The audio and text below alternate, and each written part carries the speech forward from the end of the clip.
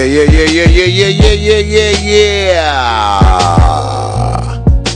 What up, ladies and gentlemen? Apparently, Instagram did not want us to play music tonight. I was in a vibe. I want to vibe out, you know what I'm saying? Usually we have our many moods after midnight music playing and stuff like that, but yeah, Instagram said no tonight. They said no tonight. They said nah. So, we just decided to have a conversation. You know what I'm saying? Somebody said I'm on mute. No, your phone is on mute. So,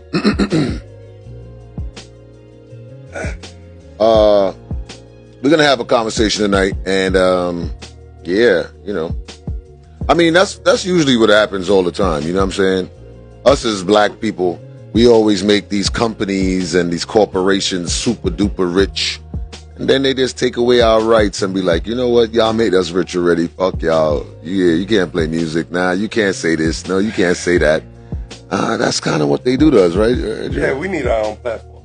Yeah, I mean, well, shout to Isaac Hayes Jr. He has a platform that he is launching. Yeah. I'm not sure the name of it though. You gotta find it. I ain't sure. You gotta be on there. Huh? You gotta be on there. Oh yeah, we definitely jumping on that. They monetize your content. You can make money off of it and all of that. Likewise on Twitch as well. So I'm gonna let y'all know more about. I think I got. Hold on. I think. Drew, don't look at my phone for a minute. I'm trying to find something. Don't look at it. Close your eyes for a minute, Drew. I think I got a screenshot of it, of what.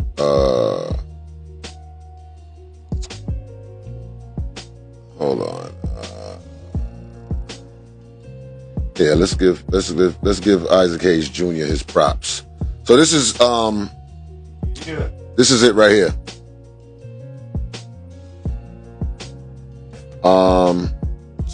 Yeah, that's what it is. You know what I'm saying? Yeah, so we're gonna jump on that too. I'm gonna let y'all know more about that tomorrow, okay?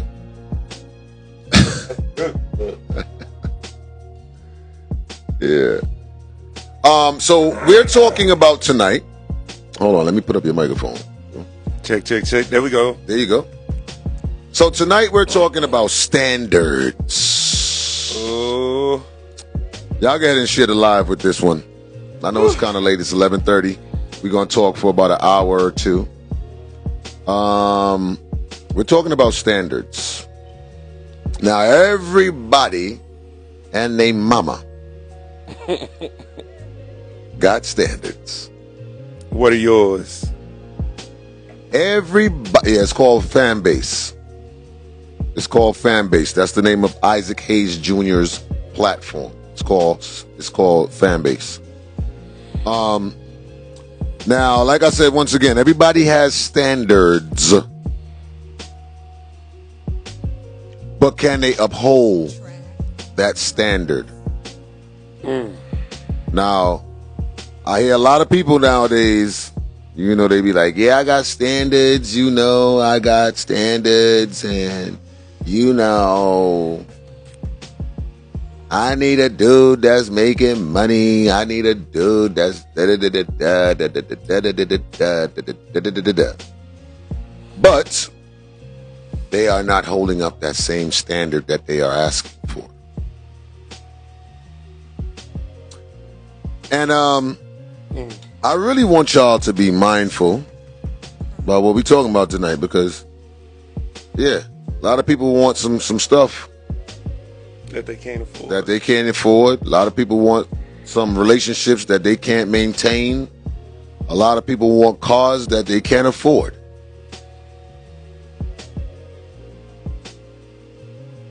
I'm gonna wait to speak, sir. No, it's all good. It's all good. going with you on this. So, yeah, this is what we talking about tonight. All right? Yeah, we want to know, you got standards, and can you uphold your standards? A lot of dudes is out here talking about they want a good woman. They want a woman that can hold them down. They want a woman that, is healed and ready to go, and this and that, and blah, blah, blah, and all of that. But they hurt. They ain't healing.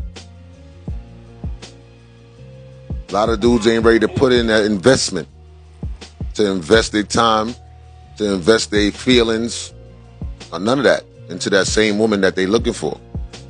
And it's definitely an investment. Exactly. It's definitely if a dude don't feel like it's an investment, something wrong. For those of y'all that don't know, you gotta spend something in order to get something. What are you spending to get what you want? So, let's get it going. Let's get it going, because a lot of people out here, they asking for shit that they cannot provide. A lot of people is asking for shit that, is out of they reach. This should be interesting. Yeah. So,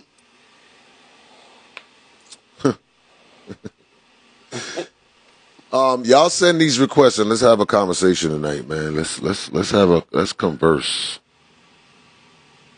I think that a lot of people don't value themselves,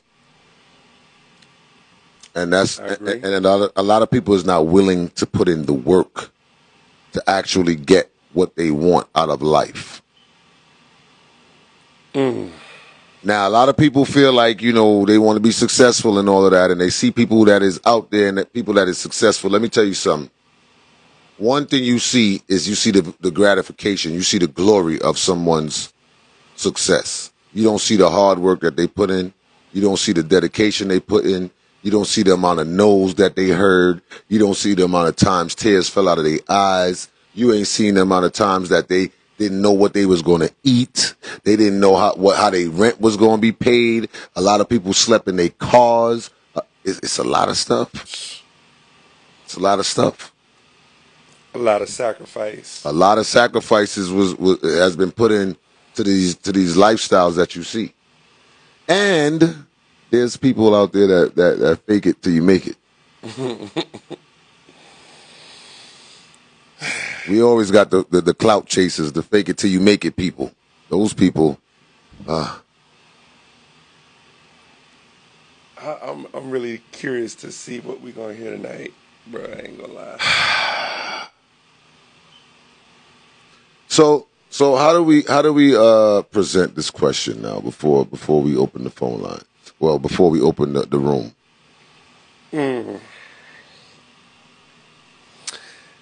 Let me see. Based on standards, how do we open this conversation and open the forum? I think we should pose it from a place of what are your standards, right?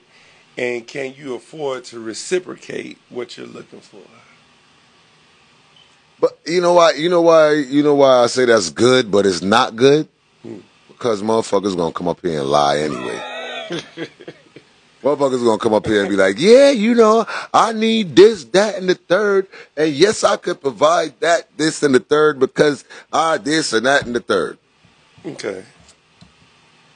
But let's just open the phone lines and see what some people got to say, man. Let's see what. This should be interesting.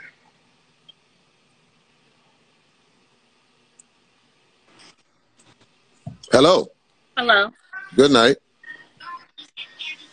How are you? I'm fine. How are you? I'm good. What's your name? What's your name, first of all? Huh? Amber. Amber. How you doing, Amber? I'm doing good. All right. So how old are you, Amber? 27. 27.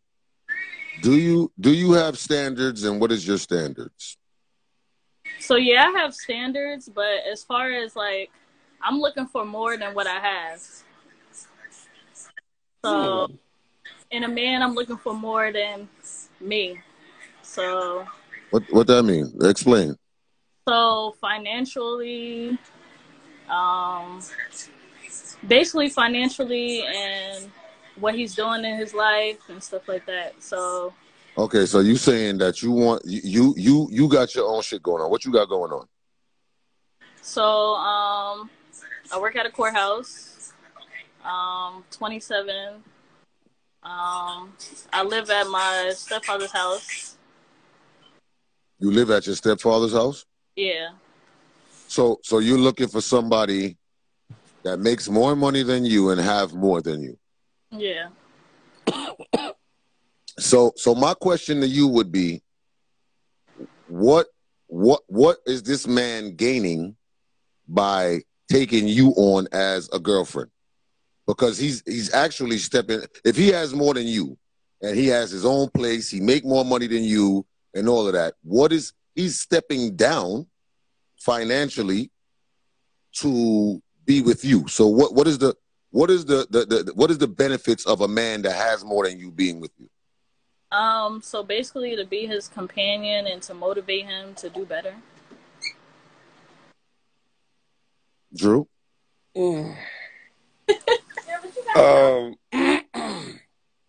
Okay.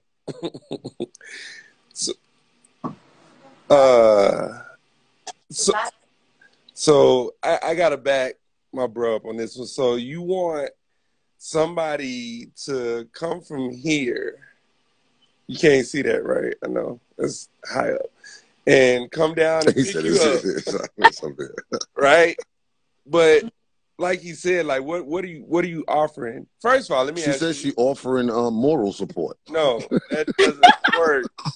Moral support does not work in the real world. Man. That's not true. And I'm gonna tell you something, right? Realistically, you live with somebody at 27, right? No, I don't live. So the house, I took it over. So my stepfather lives somewhere else with his fiance. So I took the house over. So I'm paying for the bills and stuff like that. So that's why. But it was originally my stepfather's house. That's why I said stepfather. That's cap. That's cap. How is it cap? That's cap. So wait. So it's a whole entire house, or is it an apartment? It's a house. It's a house. So you paying the mortgage, the electricity, the water. You paying all of that. I'm paying the electricity, the water, the mortgage. My stepfather's still paying it, but he doesn't live there anymore. You know what I'm saying? Like he moved out, went with his fiance, so he lives somewhere else. So I live there by myself, and I'm taking care of the other bills, not the mortgage, though. So you basically looking for a dude to save you. I don't. I'm just asking. You looking for somebody to save you, like? I don't need saving. But you want somebody that's doing more than you. Yeah, of course. Why you saying of course? Why you saying like that's the norm? I feel like that is the norm. No, it's not. Huh? I like being bossy. I like making money. Uh-oh. Who that in the background? Is that your lifeline over in the corner? That's my friend. That's your friend? Tell your friend come to the screen because she look like she want to help you out. Come on, tell her. Come on. She's not? Nah. Speak up, friend. We can't hear you. Oh, wait. She said she gonna put her bonnet on. Hold on. Oh, Lord. So I'm just trying to figure out, because moral support, right? You said you giving moral support. That's what you're giving, right? All right. Do you agree with your friend?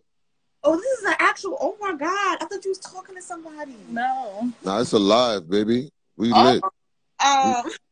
We on here. I just want to know. I just want to know if you agree with your friend. Do you think that she deserves a man that has more than her, and all of that? I agree, and I don't feel like that's true. I feel like we both have degrees. We both are educated. We both have good jobs. Like we both can do anything we want to do. It burdens you when you try to feel like, oh, I need a nigga to do this and take care of me and fill in that void. Like, I don't need any nigga to fill in that void. They'll naturally fill it in if they feel like it. So, like, financially, I don't need to be taken care of. You live with her? No. Oh, I thought y'all was like roommates or something. No. She's over in my crib. I'm living with my boyfriend right now. So you live with your boyfriend? Yeah, I just moved here with my boyfriend. We just moved in together. Okay, you pay half the rent? No, when I look like a boo the fool. He not. What? What the hell? So wait. You like, I need to be taken care of. I still surprise him. I still buy gifts. Like, I took him on a vacation for his birthday. I took him to the islands, and I pay for everything. Like, you know. Okay, so you doing other things. Yeah, I make sure when he come home, the house is clean. He have food and shit like that. All the animals is fed and shit like that. The animals? What, y'all got a zoo?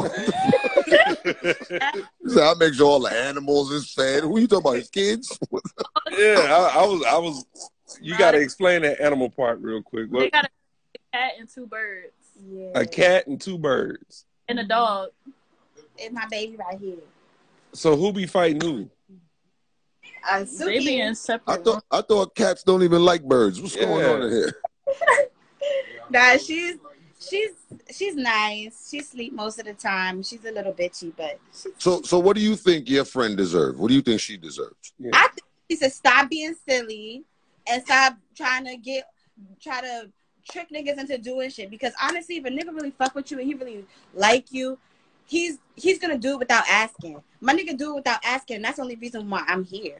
Like, this is the reason why we got this far, because they pay attention to you. We both pay attention to each other. We both pay attention to what we like, what we want to do, our dreams, our goals, and shit like that. And it's just like, at this stage of our life, we need a mature relationship. It's not about, oh, does he got a Beamer? Oh, does he have an AMG? Like, can he fly me out? Like, you know, I was thinking like that like 3 years ago.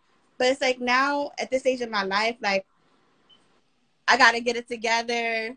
You know, I got to start thinking about later on, 5 years from now and shit like that. So, you know, I just got a new job. I'm getting my shit together. And, you know, everything is coming into play. But most importantly, it's your relationships with your partner that help you could grow onto the next thing. So it shouldn't be like, oh, hey, you're making more than me. You need to come over here. So, like, let's work together. Like, no, it should be a partnership. Like, hey, I see what you're doing. You see what I'm doing. Let's work together. Let's make something bigger than what we're doing, you know? So I got a question for you. How old are you? I just turned 28. Okay. What's your sign? Just asking for a friend. Huh? I'm a Leo. Okay, shout to the Leos out there. What sign is your friend? What sign is she? She's a Capricorn. Oh. Her birthday. That's it. You either get a hard-working Capricorn. So I'm trying to figure it out though. Like is this can't be the mentality of our. So I dated guys, right? Mm-hmm. Who I was dating them, they lost their job. I like helped them out as far as like, you know, taking you to your interviews, or like you need some food or transportation and stuff like that. But like taking them to their interviews. Yeah, the shit still didn't work out. So I feel like my mentality is like I would be okay with somebody, you know. But why didn't it work out? Why didn't it work out? Okay, because they was lying and cheating, so it didn't work out. So that don't got nothing to do with nothing. You could. So you saying you rather cry in the Bentley than to cry in a Toyota? That's what you saying? If you gonna cry, you might as well cry in the Bentley. Is that what you saying? I feel like she's saying that because it's like after all this time, like niggas is not they're not adding up. So it's just like, what the fuck? Like, might as well give me a rich nigga. But I be trying to tell her, like, so you rather cry in the Bentley is what you're saying? Yeah. Because let me just say this, right? As a successful person, I'm gonna tell you this, right? If I don't care how pretty you are, I don't care how good your sex is, none of that. If you're not contributing to my lifestyle, if you're not helping making me a better person, if you're not a person that could contribute to a household and all of that type of shit, then what do I need you for? Exactly. I'm just trying to figure it out, because you saying you want a dude that makes more than you and that got more than you. But what am I gaining by picking you up? A partner. No, that's not a partner. No, you a liability. She has way more to offer. She's being hella shallow right now. She's educated. She has her own job. She has her own car. She's doing her own thing. She don't got no kids. But how does that benefit me is what I'm asking you. How is all of that you just mentioned benefiting me? I would say because you need somebody positive on your side. You need somebody that's actually caring. Yeah, but I could get somebody positive on my side that actually has bread too. Yeah. I could get somebody that's positive on. No, listen. You don't got bread, but not. Come on, you got people bread. Like, you got play money. Stop it. So. I'm just trying to figure it out. Like, all right, you got an education, you got a good job, you got all of that. First of all, if I meet you, right, as a person that got more bread than you, and I meet you, and I'm trying to get with you and all that, and I'm like, yo, where you live at? And you're like, oh, I live in my stepfather's house. You know, I don't pay the mortgage, but I pay the light, I pay the electricity. I'm already looking at you like, no go. I can get that because he's older. It don't have nothing to do with age, though. It don't got nothing to do with age. It got everything to do with the success level. That's very true. It's very true. I feel like nowadays niggas want somebody that's gonna match their energy, and that's why I feel like that's why me and my nigga are working so well, because we both match each other's energy. Like, I take care of him, he take care of me. Like, he just bought me some Bottega boots today. Like, ooh, talk this shit. So, you know, like, we take care of each other. Like, we do shit for each other. We surprise each other. And it's a partnership. If he don't got it, I got it. Like, I'm always have it. If he don't got it, I'm always have his back. And I feel like that's what niggas are really looking for. They want a partner, somebody that's going to ride for them, that's going to be behind them. But, you know, not to be in front of them. I always want to give him that space to, like, okay, I'm the man. Like, I'm taking care of shit. And I always shut up. Like, whenever he's doing shit, I always be quiet, because he's the man. But if he needs something, he know he can whisper, like, hey, I need this such and such and such. Or if I need something, hey, baby, I need such and such and such. Like, we don't try to make each other look bad. So ask your friend, why does she need a dude that has more than her? Ask her why. I feel like she's looking for the wrong thing. She's thinking of it. No, let her answer. Why do you want a dude that got more than you? Why? An easy way out. Easy way out to what? Let me just say this to you, right? I'm gonna just say something to you before I add somebody else on the line, right? But I'm gonna just say this to you, right? A dude that has more than you, right? And you become like a liability. You come like a responsibility. You come like another child, like another bill, right? Exactly. And you don't want that energy. The dude, I've been with a nigga like that. And they treat you like shit. I'm not saying. They treat you like shit because they feel like you need them. 9 times out of 10. I'm not even saying all that. What you saying then? Out of context. All right, so tell me why you need a dude that got more than you then. I'm just saying a little bit more than me. Why? I'm asking why? Say you want to date no scrub. To be honest, why you saying that? You say that because are you saying you don't want no bum ass niggas, or you saying you want somebody that's lit? You want somebody that got more than you? Yeah, like I want somebody ambitious, got their shit together, doing well for themselves. Not somebody who's like. But let me say this: you could find somebody, right, that's ambitious, but just may be hard on times. And you're overlooking him because at the moment he don't have more than you, but he turns out to be extremely successful because he had the ambition. If I see something in you, then all right, then we could work things out and we could build. But if I feel what's your idea of building though? Let me ask you that. What's your idea of building? What does building look like to you? That's a tough question. It is. We about to find out though. I know. That's tough. What I want you to answer too. What's your idea of building? Because I got something for you too. Yeah, because there's a difference between building and stabilized. When you stable, that means that, okay, you paying the bills or we sharing the bills and we living, and any extra money come in, then we just, live an extra little bit. But what is the actual goal? What is building to you? Building is like investing, bringing our money together, trying to get more stuff, like trying to figure out what we're going to do with that money, like probably invest into real estate or Airbnb, stuff like that, or invest into Apple or stuff like that. We'll be building so we can have more income in the future. Okay. Tesla, stuff like that. Have you ever attempted to build with a guy before? No. No, she was just dropping them to the interviews. Yeah. She was investing her gas money. Are you dumb? So listen, 27, right? Yeah. Let me just give you a piece of advice real quick. You listening? Yeah. Before you take on another relationship, I want you to start building for yourself so that when a man does come to the table, if he doesn't have anything to offer, he's going to feel like he needs to step up to the plate to figure out what he has to offer in order to gain your attention. Because right now, being honest, you're not going to gain too many people's attention.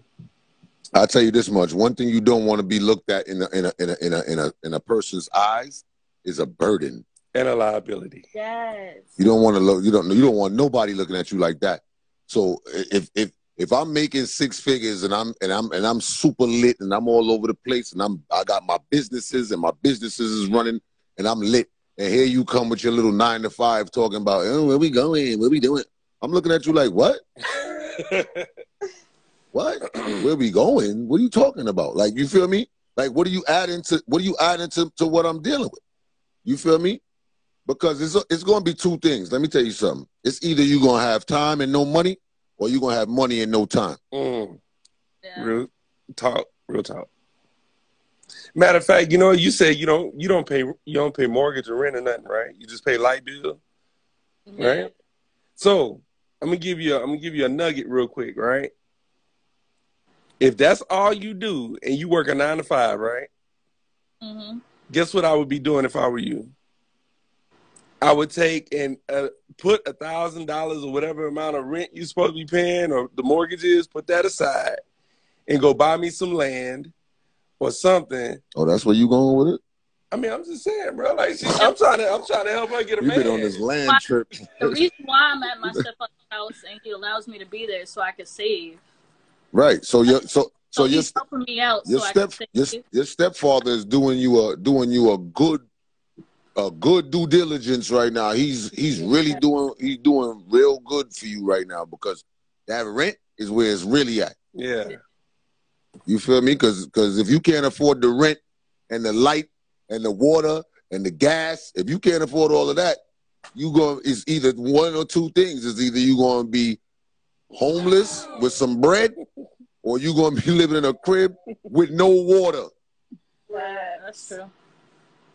Yeah. So take your time, please, young lady. Take your time.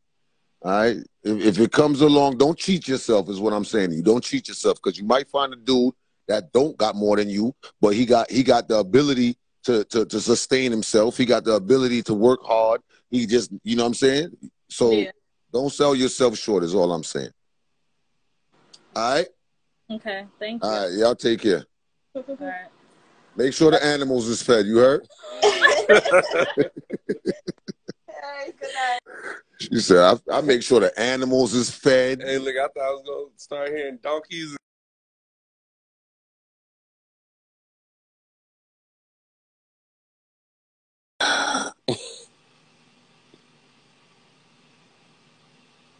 Let me add Brasco.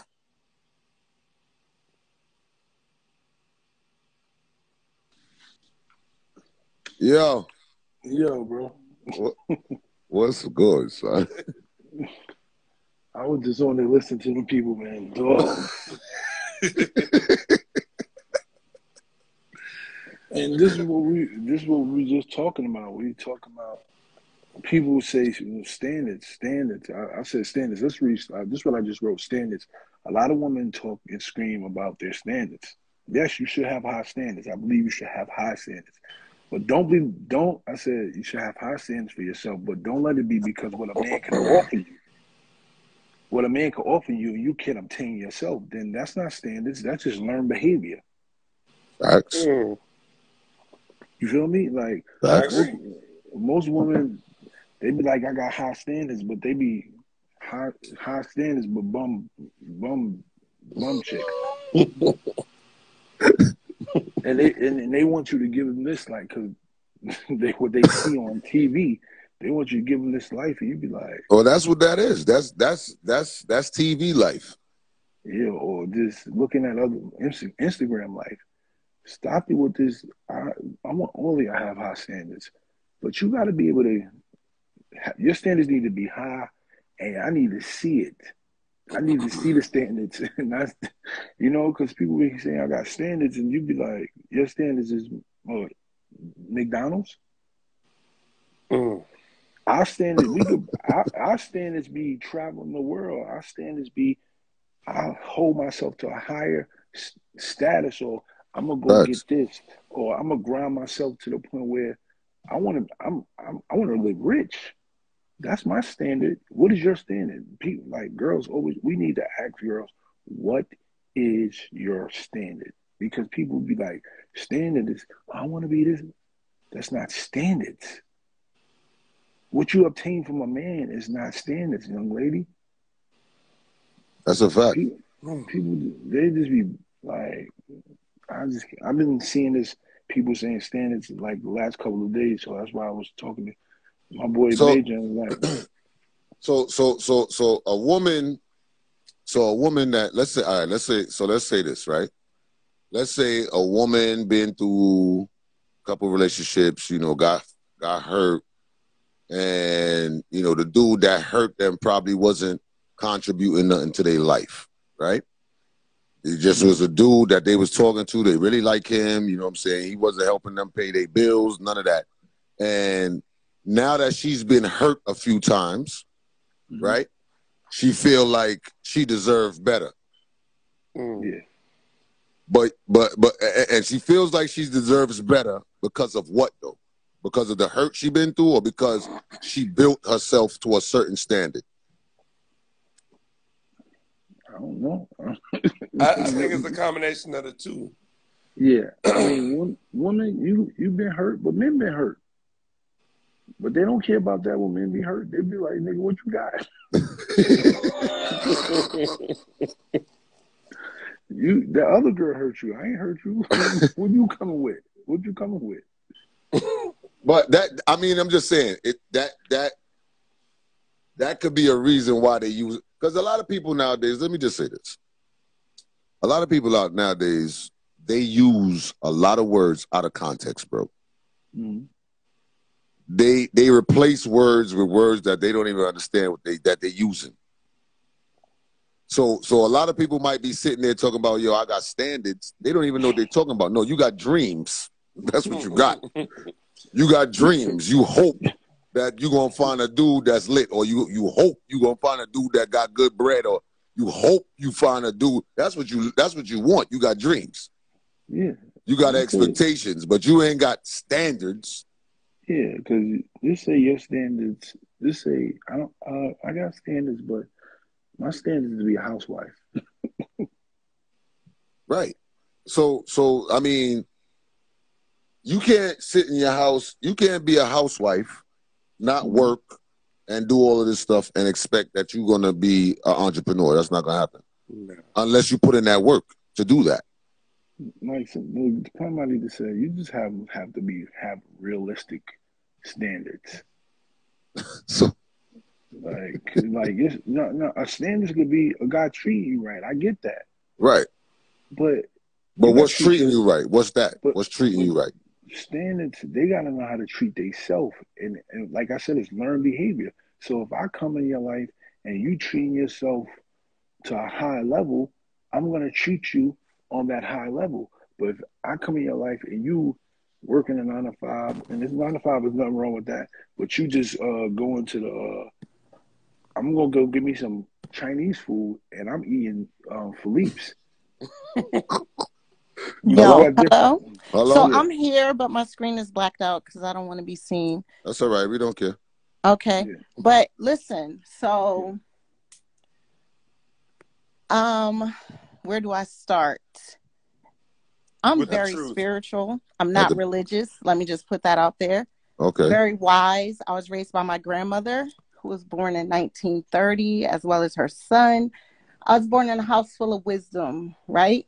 Okay. And I'm an intellect. My father was a spiritual teacher. My uncle's a spiritual teacher. I come from a long line of spiritual teachers.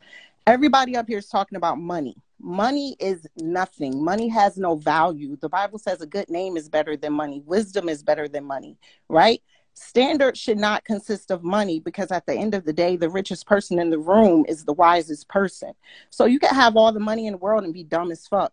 I recently turned down a Splenda daddy, not a sugar daddy, because he won't get in shit, but he was giving me an allowance every month and buying me whatever I mentioned. To do what?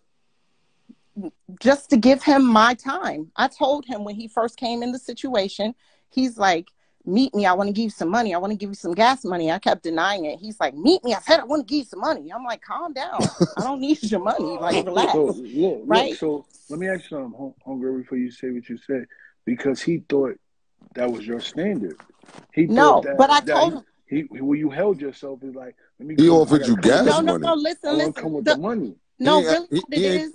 He ain't say he was taking you to Boca. He said, Bora Bora. He said, come get this gas money. Listen to what I'm telling y'all. Okay, the area in which I live, the women are known to be prostitutes. Okay. Oh. Yeah. So that's how he felt. He's an older man. He's about 60. He got 3 teeth in his mouth, but he dressed real nice, right? So he's probably paying because he has 3 teeth in his mouth. He probably feels this is the only way I could get attention. But I let him know from the jump. I say, yo, I'm an entrepreneur. I've been taking care of myself since forever. I've been an entrepreneur since I was 10. My son's been an entrepreneur since he's 3.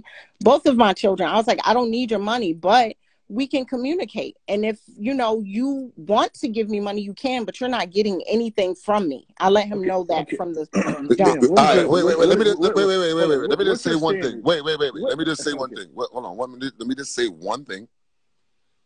Okay, so your standard, right? Because everything you mentioned about was money just now. Let me just put that out I there. didn't ask for it. I told him No. I don't want it. No, but listen what I'm saying. Everything you mentioned just now has to do with money. I'm an entrepreneur. My son is an entrepreneur. Entrepreneurship comes with money. So I'm just saying, what is your standard? Because I was getting to my point. So my point is, this dude was giving me all this money, taking me to these nice, expensive restaurants. Whatever I said I wanted, he did it, right? Even if I didn't ask for it, if I said I need to go visit my grandma, he's like, I'll take you. Let's go right now. He was for it, but the man was so stupid.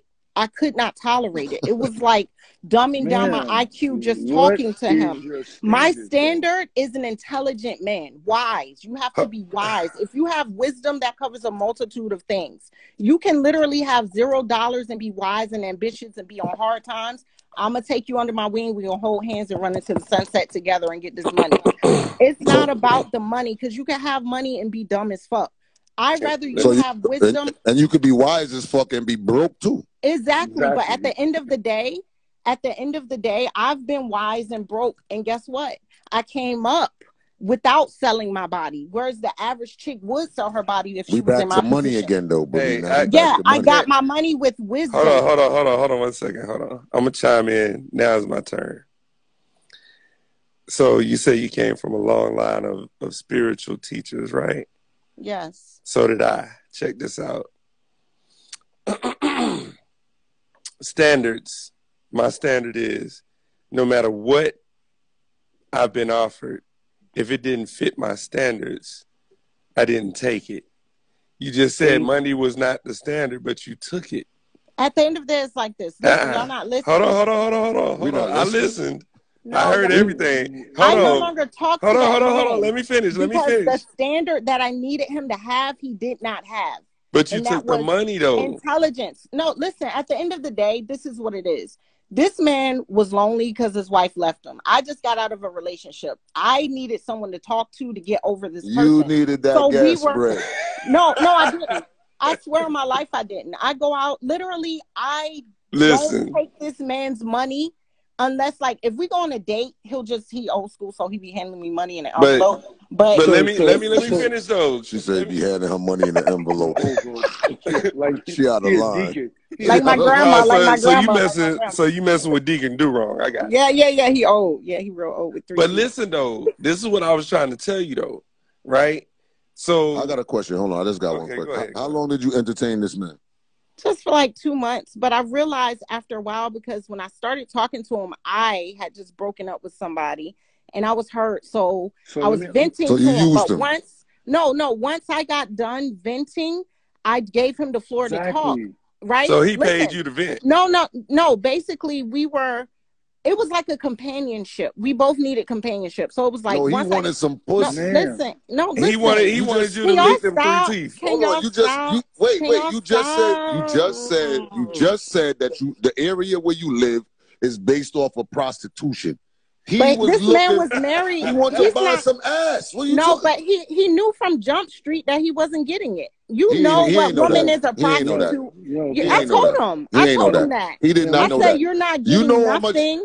Do you know how many times I saw this dude? I've seen this dude twice. Do you know how much women say they not giving a dude ass and end up giving it to him? Do you know how many women like me I'm so raw, I will hurt your fucking feelings so hard? What's your name? What's your name? My name is Vita. He definitely wasn't giving you his breach without. I saw this dude. He thought he was gonna get some ass. I saw this dude 3 times, right? You saw this man with 3 teeth in his mouth. 3 times. Each teeth got a day. Okay? In the beginning of the time that you met this man, you knew he had 3 teeth in his mouth. I didn't. Because he was so talking you didn't like see them 3 teeth out there? He was talking like a puppeteer.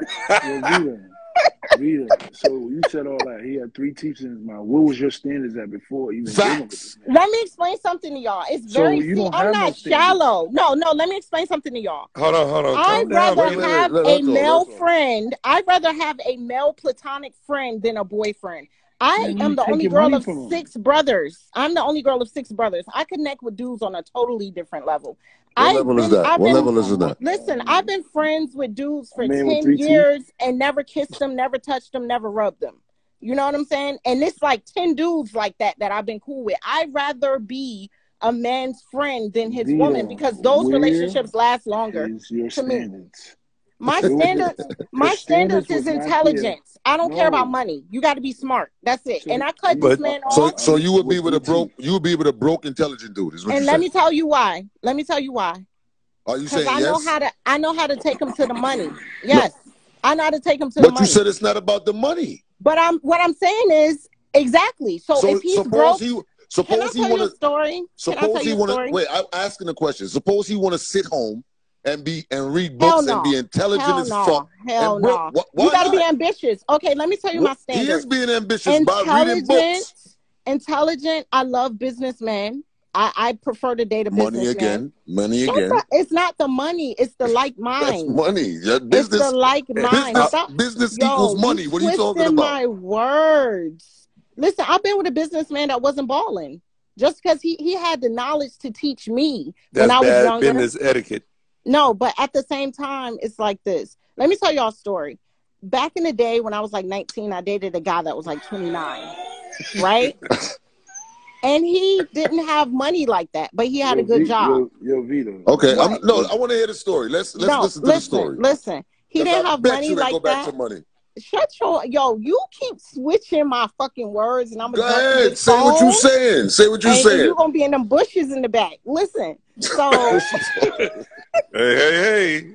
So listen.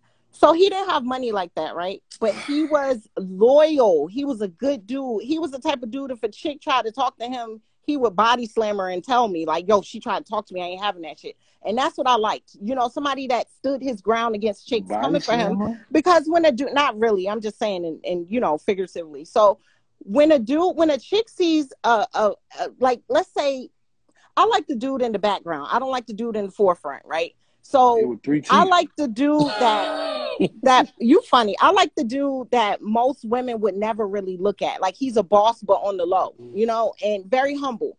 And once I get with a dude, all the chicks want him all of a sudden. Everybody's throwing themselves at him. And I need that dude to be able to stand his ground. And this dude did, right?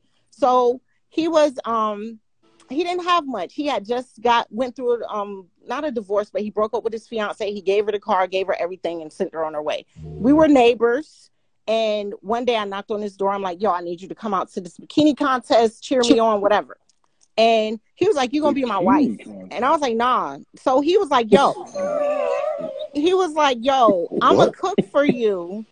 I needed some cheer. I need people to cheer me on at this contest, at this bar. I was in the bikini contest, and I needed people to come and cheer me on. Who was at the bikini contest? The guy?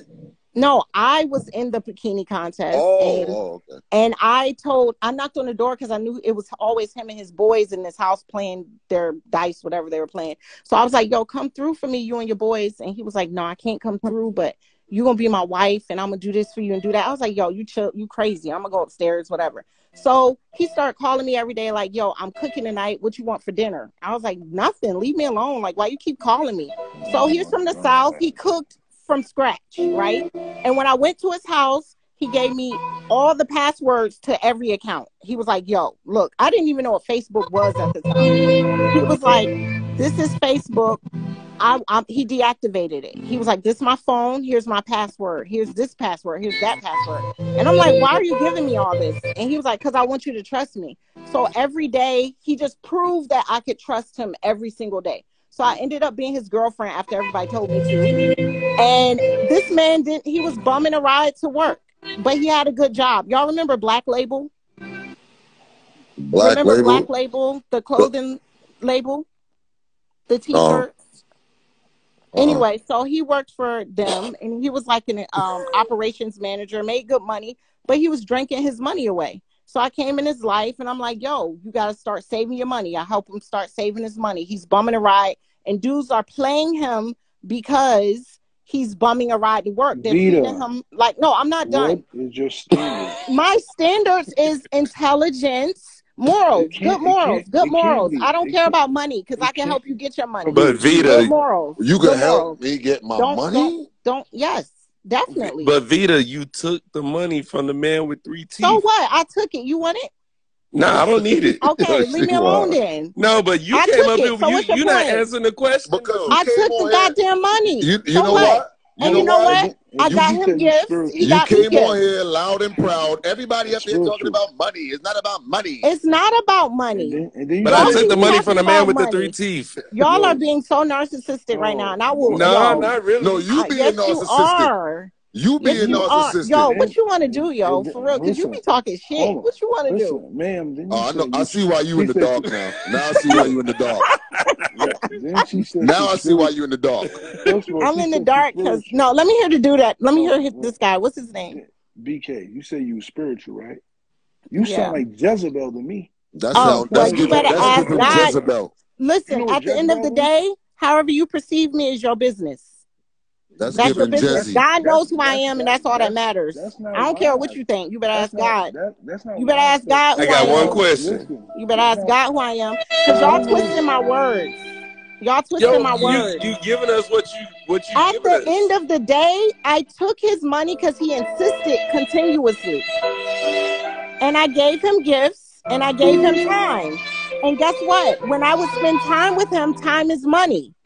If I'm out making my money and you're begging me for a date, if you're begging me for a date and that's the day that I make my money. Vita, we see you later.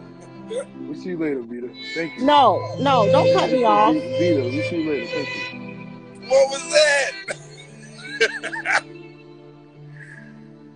Hey, bro. What I want to know is, right? Hold on. What I want to know is, right? You came on here loud and proud talking about it's not money, it's not about money, it's not about money, right?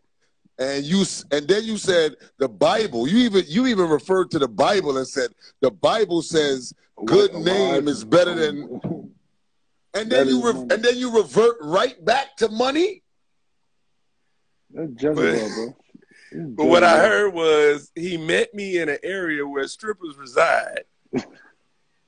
It's given no standards. As soon as I heard that, I was like, hold up.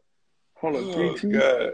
And that's your standard? He met me where prostitutes reside, and I needed the other guy that lived next door to come cheer for me in the bikini contest.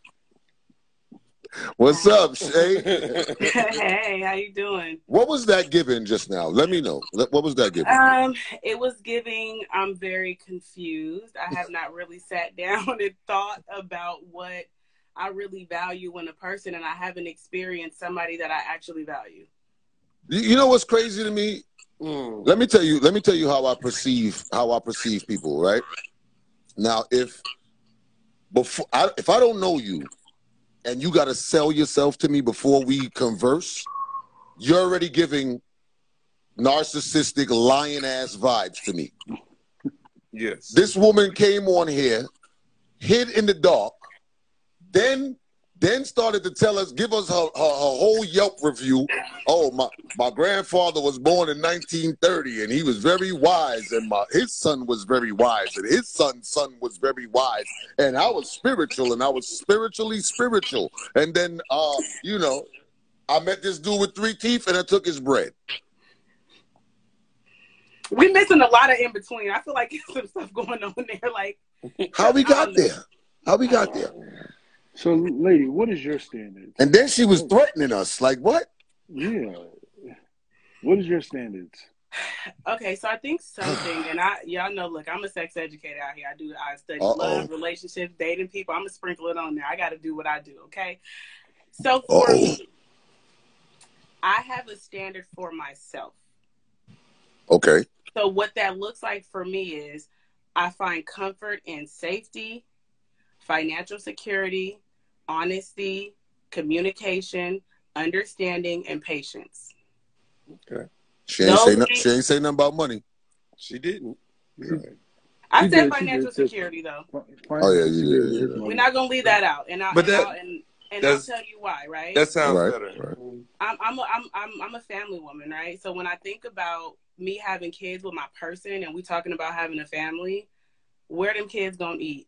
Where them kids gonna sleep? You know what I'm saying? Like it's the necessity out of the financial aspect of it. But I will say this, because I don't know who brought it up, but you can't trust everybody with money. So when I look at a man, I look at his relationship with money, right? Mm-hmm. If he is validating himself through the external things, like, his shoes, his cars, different things like that. Like, you can have nice things, don't get me wrong. But if that's who you are as a man, I'm trying to look past that, because who are you underneath all of that? You know what I mean? And Absolutely. Then beyond that, your relationship with money, I want my kids to all have their own room. I want them to be able to have a Christmas, different things like that. But if we make money, but you got a gambling problem, and now my mortgage money is in a casino, nigga, no. What you mean? I think it's important to look at a man's relationship with money too, because that's going to tell you a lot about who he is as a person, and where his values lie, right? So if I say, one day I want my kids to be able, she said, he was drinking his money away. So yeah, we're not doing that, because okay, we have a son, right? You want your son to play football. You want your son to it costs. She was giving domestic violence to me. Yeah. She was talking about, I like the guy because the guy would body slam a girl, and what the fuck? Yeah, she was confused. Yeah, no, we're not doing that. But I will say this to women, right? When men say women don't listen, I think a part of the issue is that I listen too much. So I listen through all the bullshit. And if you listen close enough, a man will tell you exactly who he is. Listen. It benefits us a lot more than it doesn't. So that's my little sprinkle on that. Any questions? And yes, I am poly. Why these comments is hating on me? They don't like me. They remember you. They remember you from the poly conversation the other night. That's what it is. Don't worry. I'm sure a lot of people jumped in your DM that night. I'm gonna let y'all keep it going, bro. You get somebody else on. Why? What happened? You? No. I just want to listen. I want to listen and comment because that woman is crazy. All right, bro. Good night. So let me ask you a question. So I asked the young lady earlier. I'm gonna ask you: can you reciprocate what you're looking for? Can you reciprocate that to your partner? Oh, I prioritize reciprocity. Okay. I prioritize that because there's no reason not to, right? Like, if I'm asking for a man to be patient with me, I'm asking him that for a reason, because I want to build safety, right? I want to build trust. Those things take time. That takes patience. So in return, let's say, for example, I was dating somebody and we had an issue. I'm patient enough to sit down and we can talk about it. We don't have to come up with a solution right then and there. But if we talk about it and we'd be like, all right, look, we can't figure this out. We're going to have to come back to the drawing board or something. But at the very least, we communicated about it. And now we both have the patience between one another to come back to the drawing board. All right, cool. As long as we talk about it, as long as you're honest, we could. All right. So you mentioned that you're not dealing with nobody who got a gambling problem or something like that, or a drinking problem or whatever. Let's say you meet somebody that gives you all of the things that you asked for, but he's a serial cheater and he's trying to work on it. Are you going to be patient to work with him through that? Why are you cheating and I'm poly? Why are you cheating?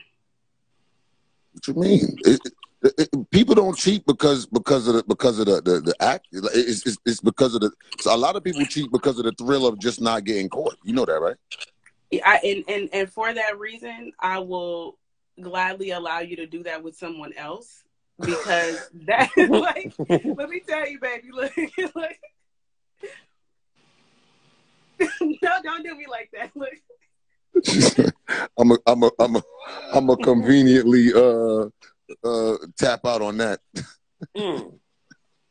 Yeah, because it's no reason not to. I want to be with my person, and I value friendship in a relationship. So if you my friend, like, why you going, if something excites you or it thrills you, if it's just not on my wavelength, then we don't have to do that. We don't have to do that.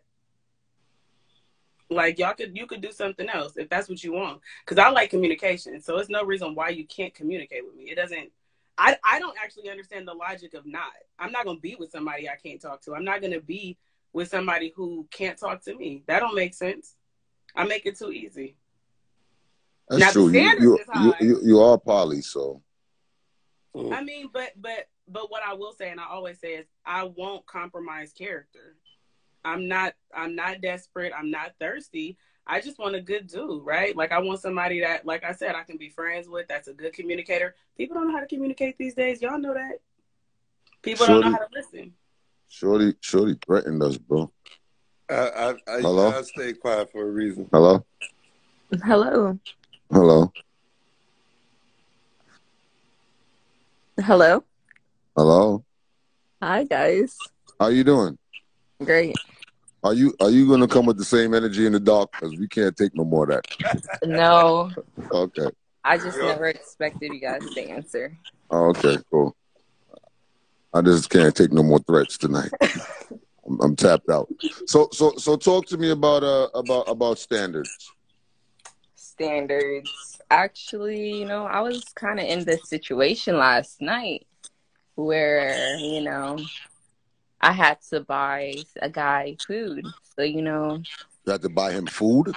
Yes. So I'm pretty young. I'm 22. So,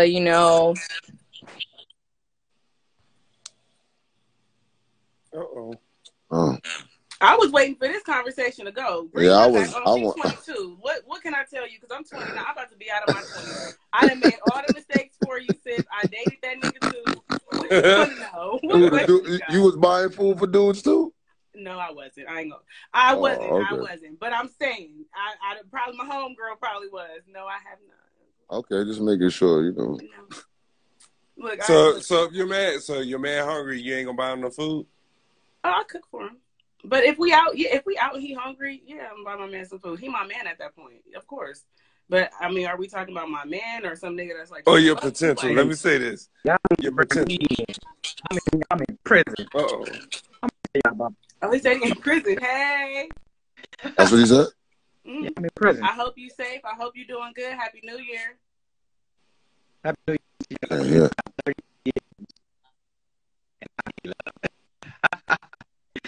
How y'all doing? I'm good, brother. How you, man? I'm blessed. I just, be sitting out watching you all the time doing your thing. But she's a beautiful sister. How is she doing? Yes, they got 3G in prison. I just want you to hold your head, my brother. I can't really hear you. I can't really hear you, my brother. Okay, let me put you in another spot. Okay, there you go. There you go. Stay right there. Stay right there. There you go. There you go. You good right there. You good right there.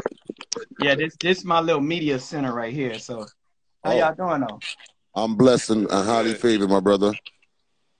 How you doing? Well, I got a big ass movement out there that's trying to get me out of prison. Actually, we got a documentary coming up about my life. I've been in here 33 years now. You've been in there how long? 33 years. 3 years or 33? 33. Oh wow. This is my autobiography. Talk to us about hold on. Talk to us about why you're in there. Talk to us about that. Because you said you got people trying to get you out of there. Yeah. You see, I got the Black Lives Matter LA chapter. They do a lot of radio shows on me. It's a lot of people that's trying to get me out. But, I've been incarcerated since I was 16 back in 1989 for a gang murder. Some dudes in my neighborhood, a dude in my neighborhood actually did the shit. And when they was doing the investigation, dudes got to bringing my name up in it. So eventually I got caught up. I ain't said nothing since I've been in here. I've been, like I said, I've been here since 1989, since I was 16. I'm 49 now. And it's been a long ride. Things are starting to happen for me. I'm starting to see the light. A lot of people are rallying behind me right now. And, my whole thing is that, I I was a blood when I grew up in Watts, California. Uh-huh. And, the struggle has been real. I got an organization right now called No Comrades Left Behind. And we do a lot of things for the people. Actually, we're the voices. But I spend like $5,000 for every phone that they take from these pigs gonna give me. This the fourth phone I done had in 4 months, and these phones go for $5,000. Yeah, I know. I got a friend that's locked up right now that told me it's like $5,000, and the little finger phones that you can't see nobody on is like $800. Exactly. Crazy. So they getting over. Crazy. I'm not bullshit. Mm-hmm. So the thing is this, the struggle is real, and a lot of times we are the voices, so people don't hear us. So I spend money to buy these damn things because since I've been having them, I've been networking with a lot of people, East Coast, Canada, London, not from LA, y'all. So I've been networking with people all around, and I got a lot of things going on. And I'm about to be out of here. So tell us about the book that you got and the documentary that you got, brother. Okay, my documentary that's coming out is called God's Son Buried Alive. It's based on my second book. Let me cut the light on. Uh-huh. Hold on. Don't get in no trouble, bro. Right. Oh, we good. The pigs is gone. Okay. You want me to let y'all see what it look like? Yeah, yeah. For the people that don't is not familiar. Yeah. Shout out to everybody in LA too. For real. All the time. This is what all my cosmetics.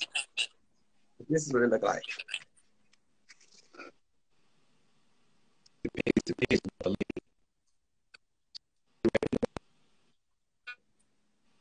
When you get over there, it start to chop up a little bit. Oh, it get choppy here. This is what it look like inside of a maximum security prison in California. It's one of the maximum. It look like nothing's moving right now. Nothing isn't because we on. So y'all on? We on that. So what are y'all on? 23-hour lockdown? Shit, we haven't been out in 2 weeks. Oh shit. So we on 24. We're on the 24 right now. We haven't been out in 2 weeks. Damn. So I'm gonna read the back of my book for you. It's actually a new cover on the documentary right here. This is, excuse me, this is one of my memoirs. I got actually two. This one right here is called "The Life and Times of L.A. Blood" by Jay Burton. It's on Amazon. Yeah, Amazon. But it got a different cover now. Right. Now the back part of this book, it says, because it talks about, this is actually a real good book. My name is Jay Burton. It says Jay Burton's story chronicles his volume of Shattered Mirror, draws from his life and experiences growing up in Watts, California. He paints a picture of the 1980s, which capture his raw opinions concerning the gangs, drugs, corrupt policing, and social injustices that heavily dominated his reality. The Los Angeles Sheriff's Unit called the Vikings used a gang member and convicted drug addict to build a murder case on him. Jay opens up his pain and Jay opens up on the pain and grief his mother endured while raising a man-child where odds were visibly stacked against him. Then losing him to the system at 16 years old to serve 30 years to life in California state prisons.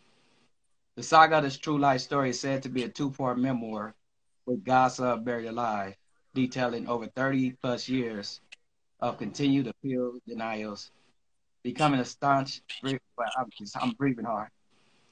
Becoming a staunch, excuse me. The saga of this true story is said to be a two-part memoir with God's Son Buried Alive, detailing over 30 plus years of continued appeal denials to becoming a staunch freedom fighter and social justice reform advocate from behind bars. So that's what the publisher wrote on back about what this book is about, right? So I got a question for you, brother. So a crime took place. It happened, and they started calling your name on this crime. Well, what it was a few names that these informants that they had in our neighborhood was bringing up.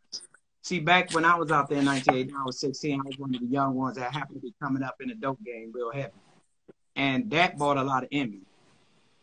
Because especially back then, if you was a young dude having money like that, even though that when you look back at then, that wasn't really money, but our perception of money back then was several thousands of dollars. The ghetto back then. So, like I said, I was one of the young ones that was actually, starting to do big things. So there was envy going around. So when I guess somebody got killed in a rival gang in Compton, California, and I'm from Watts, California, we right next to each other. And during the investigation, my name came up. But it was a few of our names came up, but I'm just happened to be the only one that's in prison. Wow. The thing is, everybody know I didn't do it, but when they said about this, they had a sheriff unit, a Los Angeles sheriff unit called the Vikings. They call themselves the Viking Sheriffs. Out here, they got sheriff gangs. You can Google this. They got sheriff gangs out here, and there's a lot going on, like with the Black Lives Matter out here. They've been protesting real hard, trying to expose. They already been exposed. They've been exposed for years. These police gangs, these sheriff police gangs. So I'm really part of a scandal that's been going on for several decades. Right. They said my fingerprint was on a gun.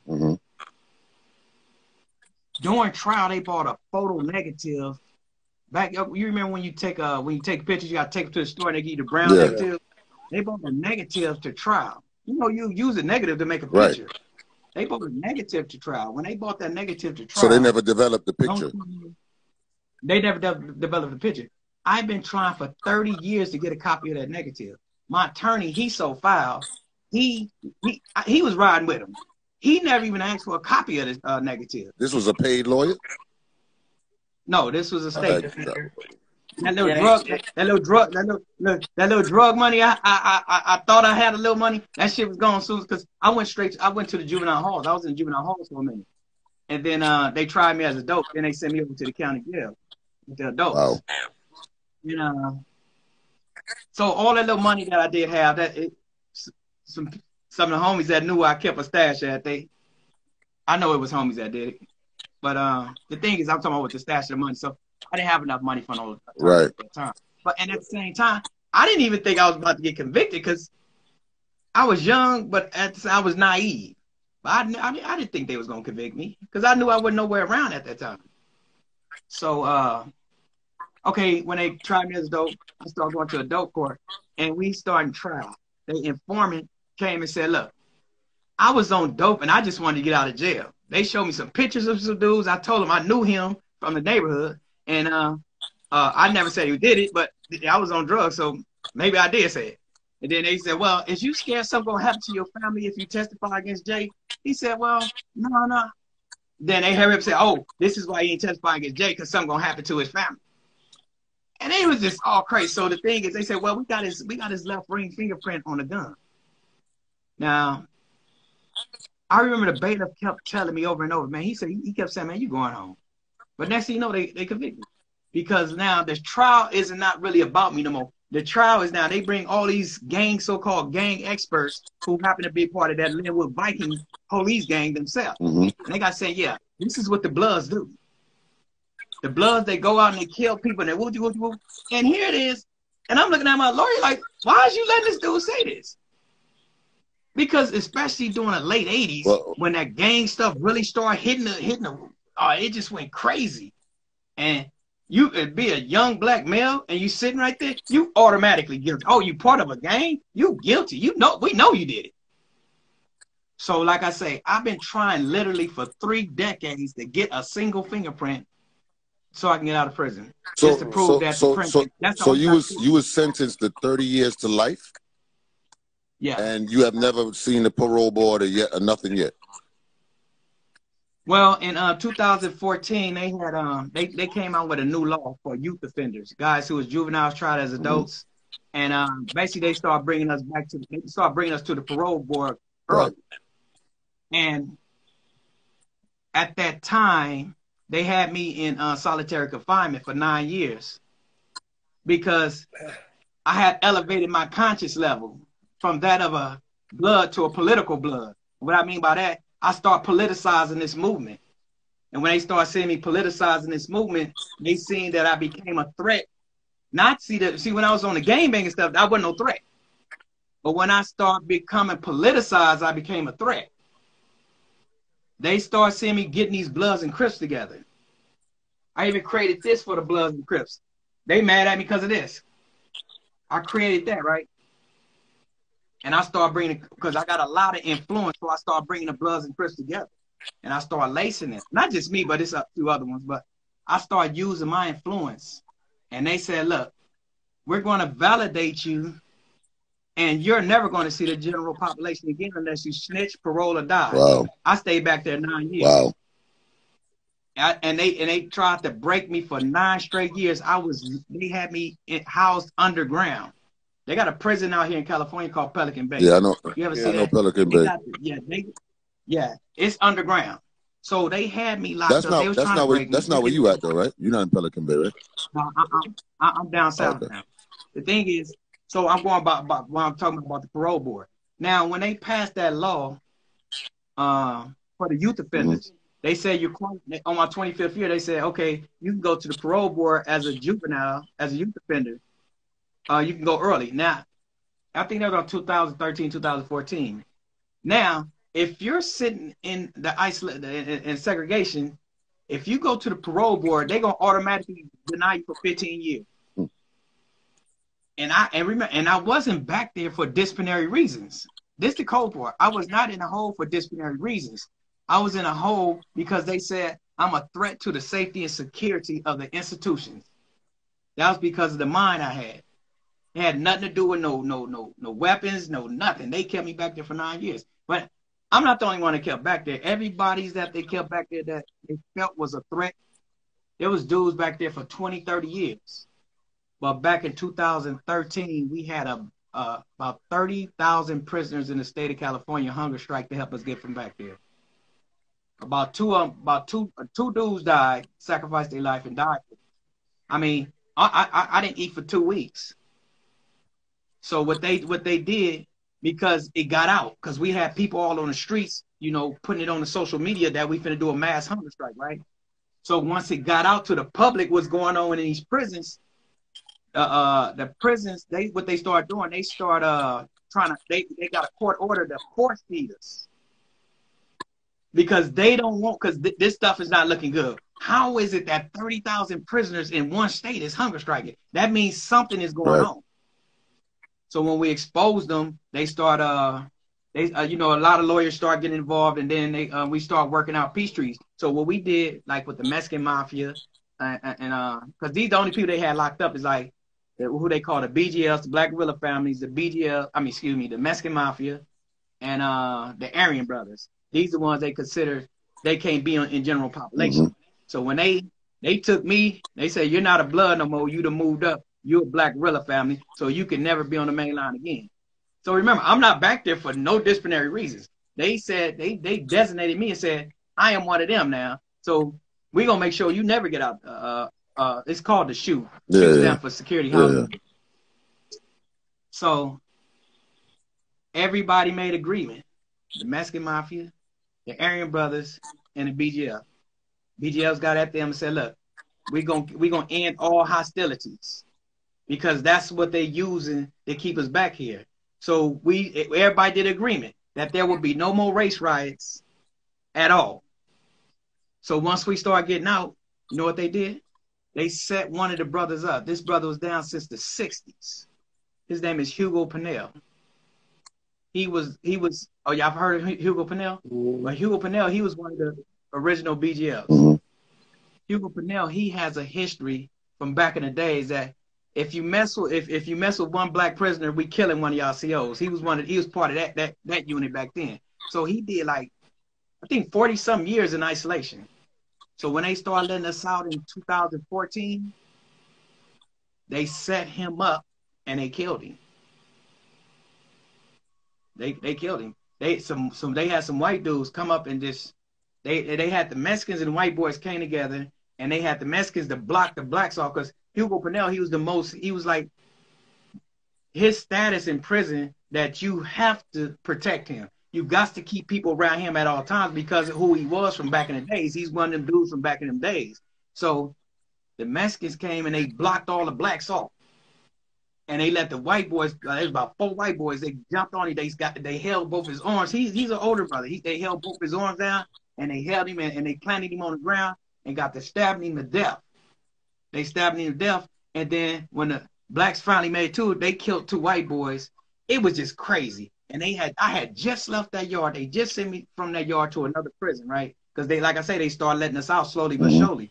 But they killed that man. But the key thing was they needed to show the courts, because the courts eventually told them, y'all need to let these people out, because y'all been got them sitting back there all these years. Once they did that to Hugo Pinell, it was about to be repercussions. But remember, we know that this is what the police wanted. And like I said, during that riot, you know, a couple of white dudes got killed. But the thing is, one of the major dudes got killed. But they was like, man, we can't let the police dictate us no more, because if we let it dictate us, this war is gonna go on for years. So when is the next time you're supposed to see the parole board? Okay, in 2017, they denied me for because I waited till a few years after I got out. In 2017, they denied me for 7 years. Here it is. I got all kind of support out there, right? And I went in the parole hearing. They said, "Well, you was validated." I said, "Okay, what that got to do anything? I'm programming now." And they said, "Well, plus you're not sounding like plus they say you're not sounding like an inmate. You sound like you're an attorney." I'm like, "What are you talking about?" Well, because of these reasons, we're gonna deny you parole for 7 years. This is 2017. Because you sound like an attorney? Yeah, he said you're not sounding like him. I said, man. And then he said, if you get out, what would you do for employment? So I've been a part of this entrepreneur program, and this entrepreneur, I end up winning first place on this entrepreneur program called the DeFi program, the DeFi Ventures program.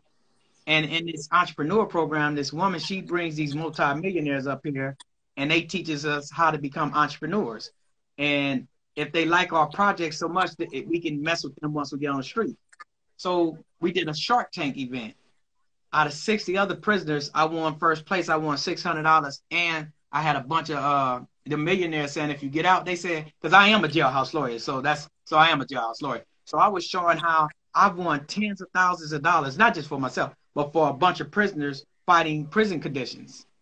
And when I was showing these people doing my Shark Tank pitch, they was like, wait a minute. If you could do that in here, imagine what you could do on the streets. So that's basically how I won first place out of everybody when we was doing a Shark Tank pitch to these people after we was graduating. So I'm telling the parole board this. They say, you know what? See, most prisoners that come in here, they call them inmates. I don't like using the word inmates. So they said most inmates that come in here, they would have said they clean floors for a living. And I'm like, I didn't know that's what I was supposed to say. It's crazy. Hey, so they were just tripping on me. And then when I got to explain it to them, I feel bad for the victim, their family. But there's other victims as well. My mother and them, my family are victims as well, because they lost their child as well. They said they didn't like nothing I was saying. And I'm like, I've been explaining to y'all, I've been trying for 30 years to get a fingerprint to prove my innocence. These people have been holding this fingerprint. They will not disclose it to me because they know it's not mine. Well, one thing I can say to you is fighting any felony or any case with a state lawyer, you already lost, because they work for the state. That's who pays them. So they working with the DA, they working with attorneys that's going against you. So I mean, I understand. And it's sad that you've been sitting in jail, and I don't know if you're guilty, if you're not guilty. I don't know that, and I don't know the case. But what I do know is that was already written in stone. Like, you know what I'm saying, going up there with a legal aid. You know what I mean? So and it's unfortunate that you're sitting in prison for 33 years. It's crazy that you said that, because my son is 16. I got a 16-year-old son right now. My son, was kind of going down the wrong path and stuff like that, and it just resonated with me so much. I don't know why you called in.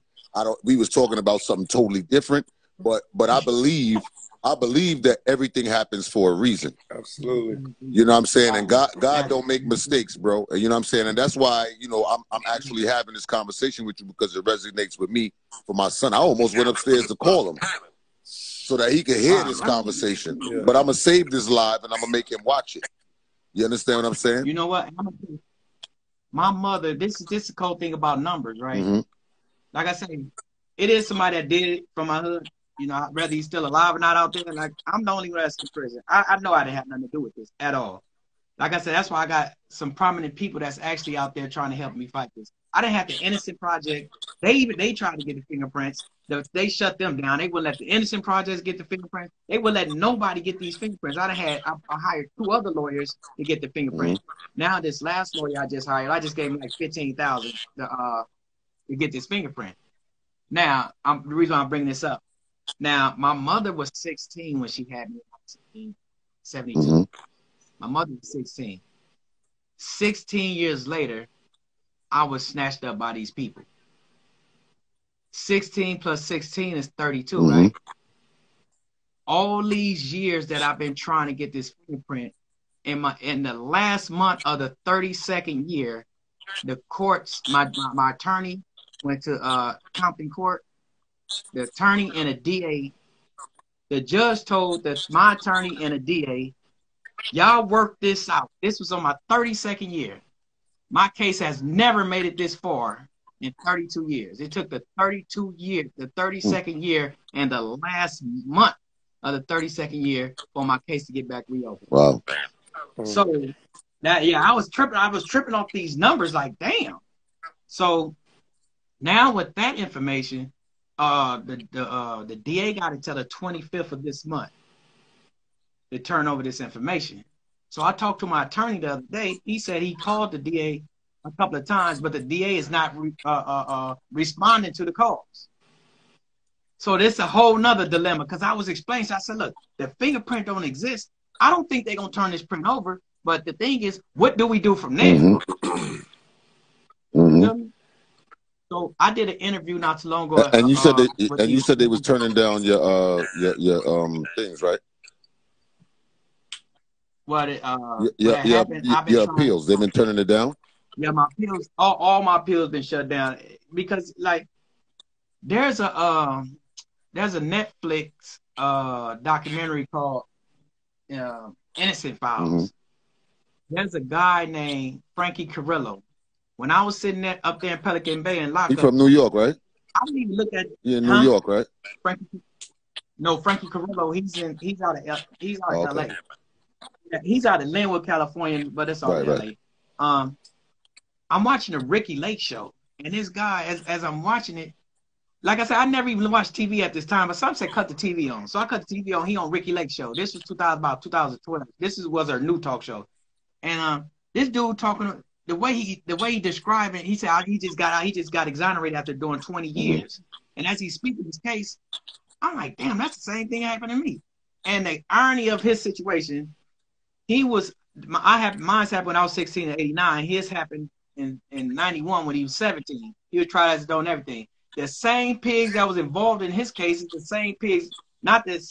I mean, he got a couple of different ones, but they are all the same pigs that was involved in my case. The same thing that happened to him, how they crossed him. Like I say, it's on the Innocent File. And I'm looking at this dude, so I wrote my sister, and I said, look, I need you to look up this dude, Frankie Carrillo. And Frankie was like, he got close with one of the prison staffs. He didn't go into depth, but he said, I got close with somebody while I was in prison, and they had an attorney friend. And the attorney friend, this lady, she went and convinced her attorney friend, man, you need to look into this case. So as he's speaking, he said he said the attorney name on the talk show. So when I went to the law library, I went and looked up the lawyer name. Now one of them was a professor. It was two of them. One was a professor and one was a public defender out of Sacramento, California. I said, well, I know the public defender didn't go represent, so I spoke to the professor. But the professor already knew who it was, so she sent the letter directed to the public defender. Public defender wrote me, said, yes, there is a division called the Linwood Viking Sheriffs that the federal courts labeled them as a neo-Nazi ran gang. I'm saying I mean, you can Google them, the Linwood Viking Sheriffs, and this is what pops up. So as he said, I told my sister, I said, look, find a way to get in contact with Frankie. So this guy Frankie, what's his ethnicity? He's a Mexican, and he was part of a Mexican gang. And but he got exonerated after 20 years, and me and him, we became partners. So about a year, a little over a year ago, he had told me, watch Netflix. The name is called Innocent Files. So as I'm watching this, because he would never really get too much information, I had no idea the same attorney that I had was the same attorney he had. We went in the same courtroom, and we had the same detectives that was involved in this. His murder case. You had the same public defender? No, it wasn't the same public defender. Oh, no, excuse me. No. What it is, they call them state appointments because he's an actual lawyer. But they appoint lawyers, real lawyers, to do certain cases. And this dude had the same attorney. And in the documentary, they talking about how this attorney is trash, how he just they didn't understand how this lawyer just allowed this stuff to happen. Now it comes back to me. Man, they bought a fingerprint, a negative. How is it that when they flash this negative in your face, you didn't ask for a copy of that because that's what they got that's holding your client. You supposed to got a copy of that. And for years, he wrote me about 2 years ago and said, because I said, look, I need a copy of that because the courts won't let me back in the courts. I need a copy of that fingerprint. He wrote me and said, I never had a copy of that. How is it you never had a copy of the print they used to convict me? That's the only thing they got. Yes. So that's what I'm going through right now. And like I said, I don't know what it is with that 16 and 32, but my case finally opened again. On the 32nd. I got a question for you, brother, because I think there's a lot of people that are watching that could really benefit from what you're speaking on right now. What would you tell a young person today, for the parents that are on here, the single parents, you know, the parents that are dealing with troubled youth? What would you tell that young person that you have learned from your situation, having been, you know, in a gang or being in the wrong place at the wrong time or anything like that? What would you tell that? What would you tell the young people that may have access to this live right now? Well, first and foremost, one thing about gangs, the whole gang lifestyle is corrupt. It's a deception. And you hearing that from a real gang member. I'm not a gang banger. It's a cold deception. One thing about this, it's a peer pressure thing. So we got to live a certain way.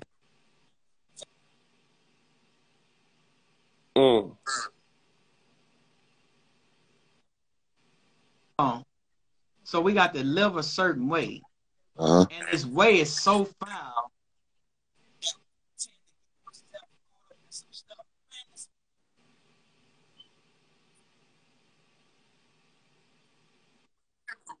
I knew that. I knew that's what it was. Yeah. So one thing about this gang lifestyle, it's a cold deception. Because I've been in here for all these years, and my so-called homies who should have done something to make sure that I don't have to go through this, and that dude that actually did this stuff. Well, then again, that's that lifestyle. Because we live by street codes, and them street codes are not written codes. It's just some shit that we made up. And none of that matters in a courtroom. It don't matter. And it don't even matter for the parents, because your parents is like, why is you gonna give up your life for this? But parent, you got to understand that I'm a part of something that's corrupt, but it's a cold lifestyle. And I wouldn't wish being a part. If you're gonna be a part of a gang, like my little brother, he was 3 years old when I came to jail, and when he grew up in the hood, he was hearing all this stuff about me growing up, and the stuff he was hearing I consider is negative. So I had to change my way. So I eventually heard that my mama bring him up here to visit me, right, throughout the years as he was growing up. And you know what the streets told him and what he seen in the visit room was two different people. I wasn't trying to project that game, but the thing is, he wasn't comfortable with that one. He was comfortable with the street one, what the people told him in the street. And that's the image he always was comfortable with. He wasn't comfortable with the image of me being a man. Instead of me being a gang banger, I was being a man, and he wasn't comfortable with that at all. So he more glorified the street fame. Yeah, the street fame. That street fame is alluring, is beautiful until you get caught up. So with those that want to get involved in the street life, I'm telling you, it's a cold consequences that you got to pay. It's a cold consequence. And you went in at 16, so you ain't had no kids at that age, right? So you don't got no kids right now. No, actually, I made my daughter in here. Oh wow. Yeah, I have a daughter, and I raised my daughter for 20-something years straight in the visiting room. But because I was so caught up in the prison politics, I was in a hole a lot. And I ain't talking about the one when I did the 9 years, but like every time something happened, because when you get put in position, you got a lot of responsibility. Absolutely. Because when I first came to prison, I was a fresh 18 when I first came to prison. I looked so young. Them older dudes, they was real militant when I came back, and they was back then they used to educate us. But now all that stuff is basically over. So they used to educate us, but I didn't know back then they was indoctrinating me to carry the next torch. Exactly. And once I came up, I didn't realize that this was what they doing, but it put a lot of responsibility on me. So when my ex-wife, when she was running for me all them years, she had no clear understanding on why it's always you, because she was part of a prison wife club, right? She was like, what? None of their husbands get in stuff. Why is it that you always in stuff? Because their husband wasn't in position. It must be so rough, right? It must be so rough and so hard to see people come in there. You see, I'm sure you done seen dudes come in there, do their time, and leave you in there. Yeah. And that guy, the one that's trying to call me right now. That's the one that's calling me right now. He's my ex-cellie. He like a little brother to me, man. And this is his third time coming to prison, and he's the same age as my prison number. Yeah, he's 33 now. wow. He just turned 33. He just turned 33 the other day. He done been to prison 3 different times, and his second time, no, I think the second time he came to prison. See, and he one of them dudes. He real wild. I mean, he's really with the like front line and everything. Every time something come up, he raise his hand and go do it. That's the type of dude he is. And he just did 5 years now. He about to go home in about a week. But his last term, he almost lost his life. A week before he was to go home, a riot jumped off. Mexicans and blacks jump off. One of our older homies was getting stabbed to death. Mexicans were stabbing him to death. And my ex-cellie, his name Green Eyes, he ran over there to go help. Green Eyes, they told Green Eyes, look, it's on right now. Do not leave your cell. Stay in your cell. We're going to go take care of this on the yard. But he don't care about that. He loved that. He loved just to be involved in stuff. But that was his downfall. And this is for the youngsters. That was his downfall. Because he went out there a week to his house. When the Mexicans were stabbing one of the homies to death and everybody else trying to help, Green Eyes ran over there and grabbed the homie, and the Mexicans got to stab him all in his face. This is deep, bro. This is needed, though. So he went to the hole. They all went to the hole. He's sitting in the hole, almost lost his eye, and they saved his eye. And it's things like this. When you 1 week to the house, your whole life can change. Absolutely. And then it's the crazy. No, you good. I just got another question, and I'm asking these questions because I'm sure I'm able to ask what some people are not here, that are thinking. They're not able to ask. Yeah, they're not able to ask you. So, if you could have a conversation with your younger self today, what would you say? And that in that entrepreneur class, that was said to me. First and foremost, see. A lot of times it's kind of hard, but I try to write something up, but I try not to fictionalize. I try to be as real as possible. The environment I grew up in Watts, California. And environment, poverty was thick on us. My moms was struggling. I had a father. He wasn't in the house, but my father was a dude that was real high in the game. And the cold thing about that is that him and my mom broke up when I was about 5 or 6, and this dude, when I wrote my life story, well, not that book, but the God Some Buried Life. When I was writing that book, I started having a clear vision of who this guy is. He wanted my mother to want him back so bad that he deprived his kid. But he was always there. Which is what a lot of dudes do. Mm-hmm. Yeah. So like I say, he was there in a physical form, but he wasn't there in a financial form. So my moms was struggling. My moms would ask him for nothing. Then my moms would never talk bad about him either. But the thing is, he didn't have no understanding that that's what pushed me to the streets. So when we talk about my younger self, that kind of ushered me in the street. I used to play football and run track. I was real good at all that stuff. But the homies that I looked up to and the streets I looked up to, that weighed way more heavy than what my moms was talking about, because my moms couldn't let me keep up with the Joneses. But them streets could.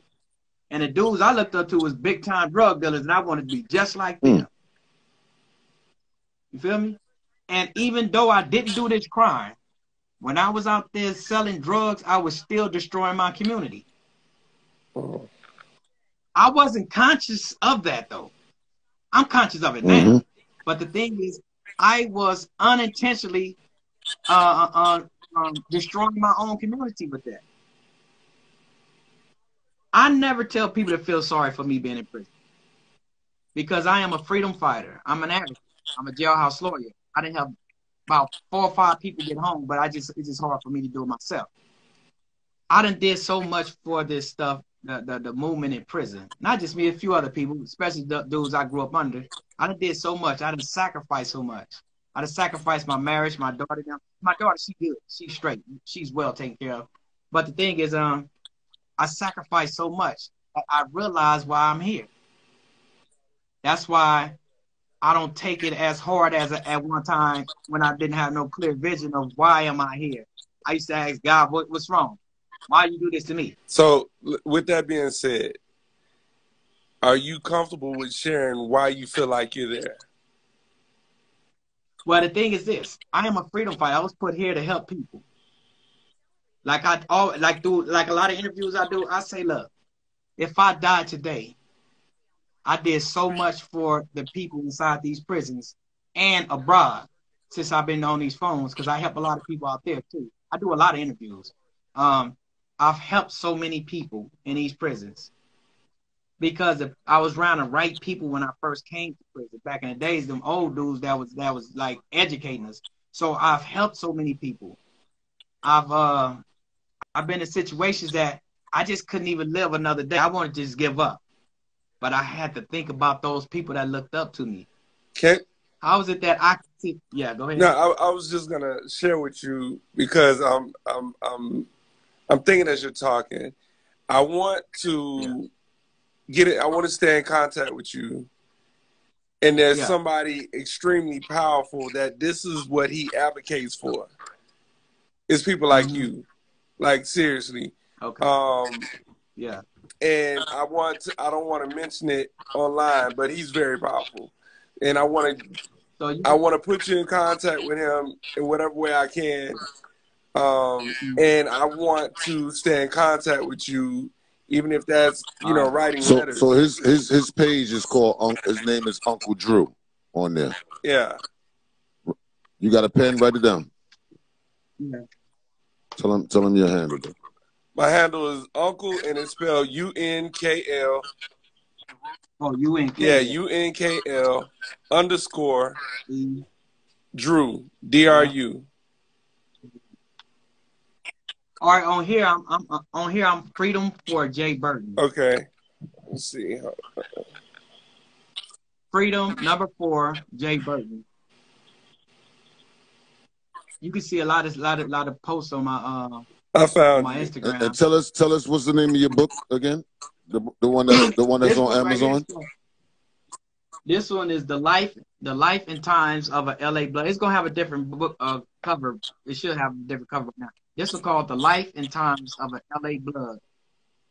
Shattered Mirror, a memoir by Jay Burton.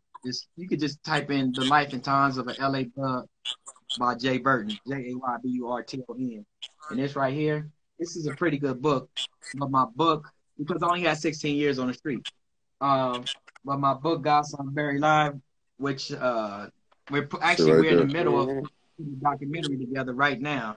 The documentary, as a matter of fact, y'all familiar with Freeway Rick Ross, right? Yeah. All right, there's a dude named Stephen Kraft that's directing his movie right now based on his life. Me and Stephen Kraft, we've been talking too, because one of Freeway Rick's former right-hand man when he was in that life, his name is Lorenzo. Lorenzo is a friend of mine. So Lorenzo told Stephen Kraft about my story. So he's also one of the ones that's participating in my documentary as well. Okay. Because I got a hell of a story, and my time is coming. Like I say, if I died today, I did so much for this struggle. My people in here, they know I didn't gave up a lot. Like I said, I didn't sacrifice when my ex-wife members come up here. Like, why is it that you put so much in that lifestyle? It's like you take it from us. And it was hard for me to really get her to understand that I was put in position because people trust me to make the right decisions. Because if you make the wrong decision, not only can I be killed, but a whole bunch of other people get hurt. So when you be in position in these prisons, you got to take this shit serious. So I used to try to make her understand. I don't know why I got put in this position, but I know why. But at the same time, I'm a person with tolerance, because you're dealing with so many different personalities when you're in leadership. And a lot of times, a lot of dudes do shit that'll get us caught up with other races. Then we got to go out there and go straight up. And people die. People die in these in them riots and stuff. And I'm just fortunate because I know God put me here for a reason. For me to never been stabbed in all the riots and stuff I done been involved, but the police has done a lot of foul stuff to me. You know, when they cuff us up and do all that stuff. But I'm talking about when we out there going at it, it's like literally trying to kill each other. I'm just happening. I know God has put me through all this, has brought me through all this. And I haven't been scratched in that kind of way, but I've been scratched mentally. But I try to heal my wounds by talking to other people. Right. Like you say, what would you tell a youth? You know, I write to a lot of youth programs. I write to them, especially when I was in the shoot.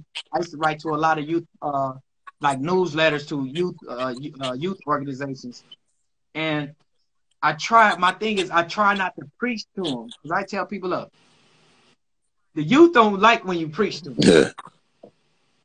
They ain't trying to hear what you're talking about. So my way of doing, I would get on their level and try to hear them out. If I'm talking to them, I try to hear them out, get on their level.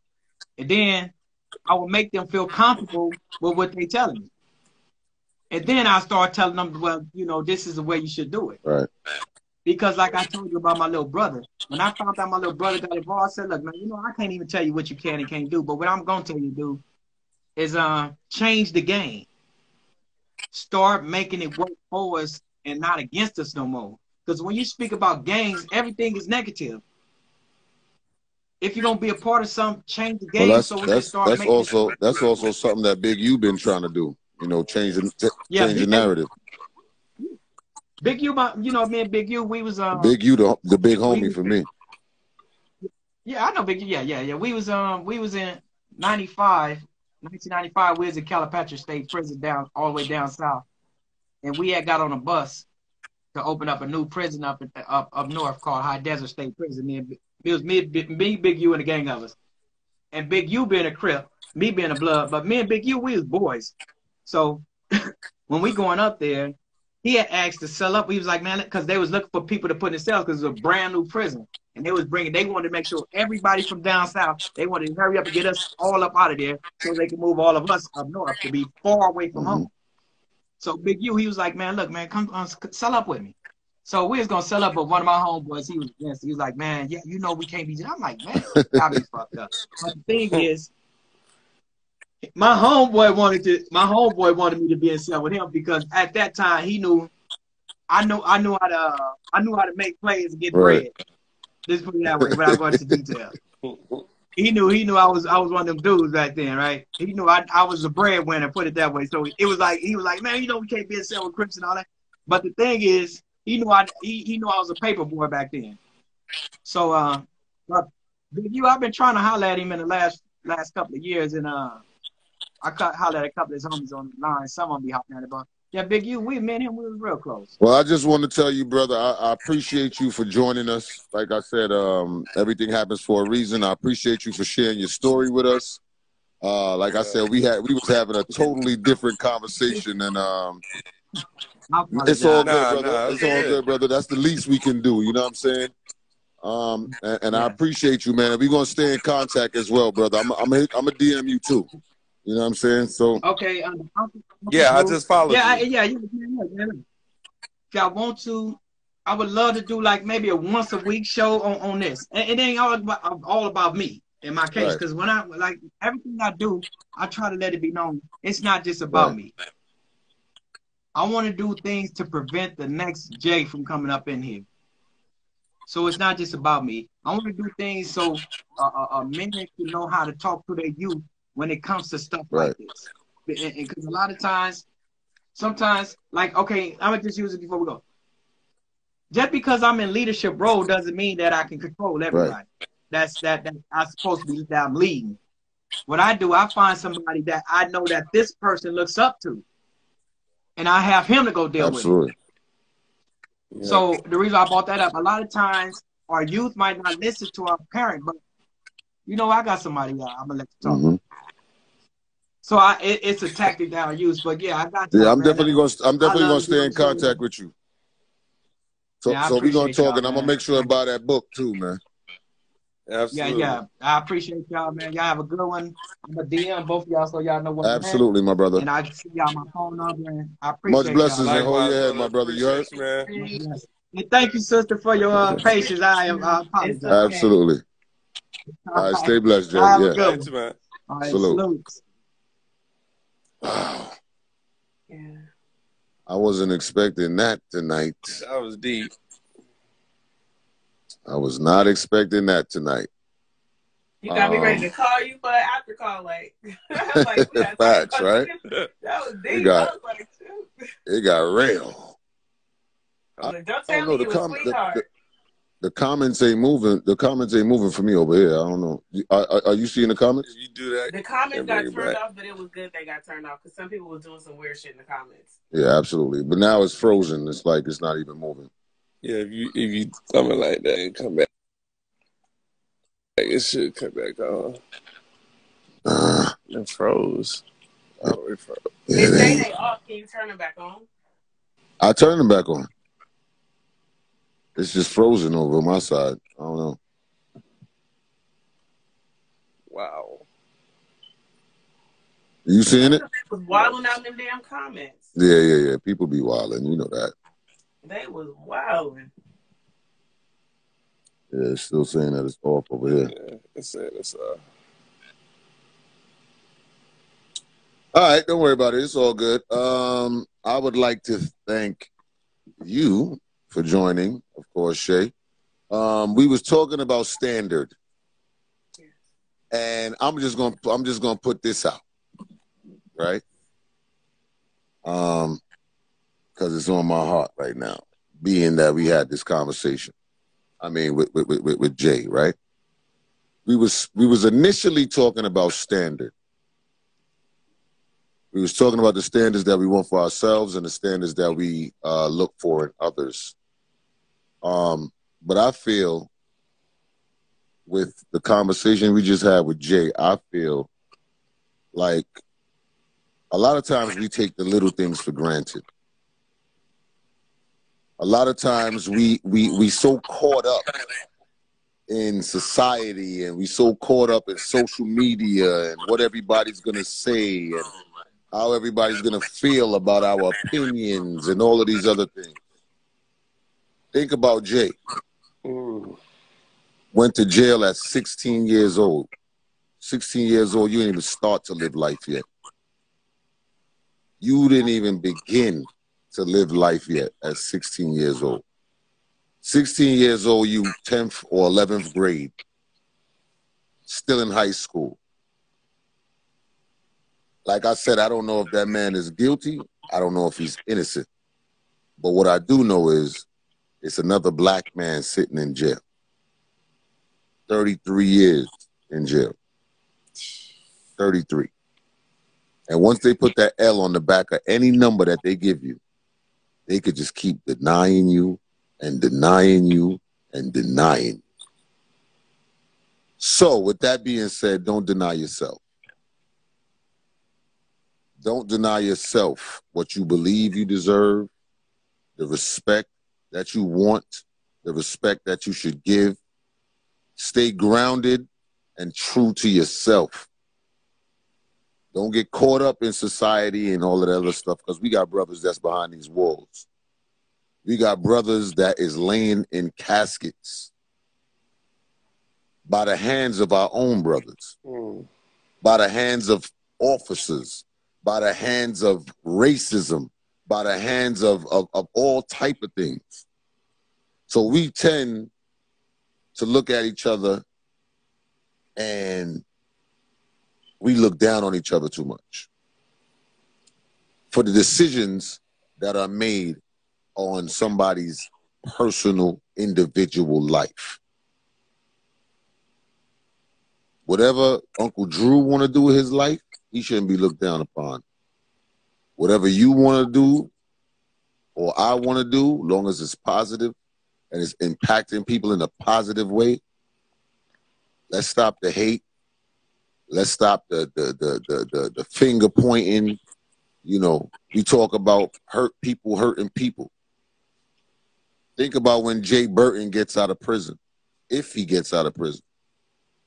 Think about when he come out. What type of society does he become a normal person in? Somebody that been in there when we ain't had no flip phones. We ain't had no smartphones and all that. He got one in prison. You come out and your whole neighborhood is different. The whole bro code is different. The whole street code is different. Everything is different. You know, when I was listening to him talk, the Bible, the part of the Bible that came to mind was Job, like, in the fact that he said he understands why he's there. And no matter how broken he may be on the inside, or no matter how much his situation could have broken him, he still mentioned God, like, hey, you know, I understand why I'm here. Like, God, you know what I'm saying? And like you said, like a lot of times we waste so much time trying to fit circles into squares. And what I mean by that is if I know that this woman or this man is not for me, if I know this relationship is not for my life, I'm not going to force it. If I know this choice or this circumstance is not for me, I'm not going to choose that. And that's pretty much what Jay was even saying just now. Like, youth, don't go for the gang life because this ain't what you want. I chose that, and look at what he got me. Well, I tell people all the time, right? No matter how bad you think your life is, no matter how hard you think you got it, no matter how much you think you deserve more and all that other stuff, there's always somebody out there that will trade with you in a heartbeat. Mm-hmm. That man spent 9 years in solitary confinement. You know what that is, bro? Mm-hmm. 9 years in solitary confinement. And we could sit, there's a lot of people that's watching this live right now that could sit down and be like, I don't even know what I really did in 9 years. I know what I can. You dig what I'm saying? There's people. You understand what I'm saying? Like, you got to understand, man. Be grateful. Because all of us got a purpose. Believe that. Yeah. Ain't nobody more gifted, more talented than the other. You just got to find what your gift and your talent is. Find what your purpose is. And maybe that was his purpose. Maybe it was. And some people's purpose come with more responsibility than others. But don't look down on somebody because of their purpose. Don't look down on somebody because of what they doing, they gift. You know what I'm saying? So, I mean, like I said, man, I appreciate him for calling in. And I know a lot of people left the live because it probably felt long-winded. But guess what? For a man that sat behind bars for 33 years, I would love for somebody to listen to me. I would love and I would appreciate if somebody could give me an hour out of their time to listen to me, to let me get off my chest what I want to get off after 33 years. There's so many people in there that's going through that. I'm still trying to get over the 9 years in solitary confinement. Bro, that's real. I don't know. He said something that I don't want to go over people's head when he talked about his dad. Absolutely. And so when we circle back to like relationships and standards, and I brought up like where those values lie, like if you choosing a man, are you choosing a man that's prioritizing the safety and the life of his children, his family, and the people that he loves? That type of character you can't buy. Absolutely. There are men with money, like he said, his dad had money and still neglected them financially. So you really, character goes a very long way. And also let's just pick out the things that he said. His mother was struggling with these kids. Yeah. And his father did what he did, and his mother never said anything bad about his father. Yep. It all ties back into standards. Well, I hope everybody on this live got something positive from this live tonight. I really do. I know what I got from it, and I know that God uses all of us as tools to get a message across, whether it's through a prison wall, whether it's through me, Uncle Drew, you, no matter who it's through. God uses all of us. You understand? And that's why, like I said, I gave him his opportunity to talk. I don't know him from nowhere. That was needed. I don't know him from nowhere. You understand what I'm saying? I didn't know he was going to call in tonight. We was talking about standards and females and relationships and all of that other stuff, and it immediately turned into something that God felt like somebody on here needed to hear. You feel me? So I really hope that somebody got something out of it. And look how the night went. I wasn't even coming on the live to talk, period. I was on IG playing music. The IG kept cutting off. And I said, you know what? Let's start up a conversation. Yeah, because we was vibing for real. I was over there bobbing my head. I was like... And then that conversation immediately turned into this. So, I mean, all praises and all glory be to the Most High, man. That's all I got to say, man. I thank him for using me as a tool. I thank him for giving me an opportunity to have a platform like this to give people an opportunity to talk and an opportunity for people to receive those who want to receive. You feel me? So, I mean, it's 1:30 in the morning. We're gonna vibe out, man. But I appreciate you, Shay, for calling in. Thank you. Much blessings. Yeah, we're gonna talk. Much blessings. All right. All right. Good night, y'all. All right, take care. Yeah, man. The comments stopped rolling. The comments is not even working on here no more. It's just crazy. I think that was meant to happen, though. Yes, sir. Yes, sir. That's deep, man. Like I just want to say something to the single mothers. Definitely. Before my mom married my dad, my mom struggled as a single mother. I remember the stories from her first marriage, how he basically left her with 4 children and 1 on the way.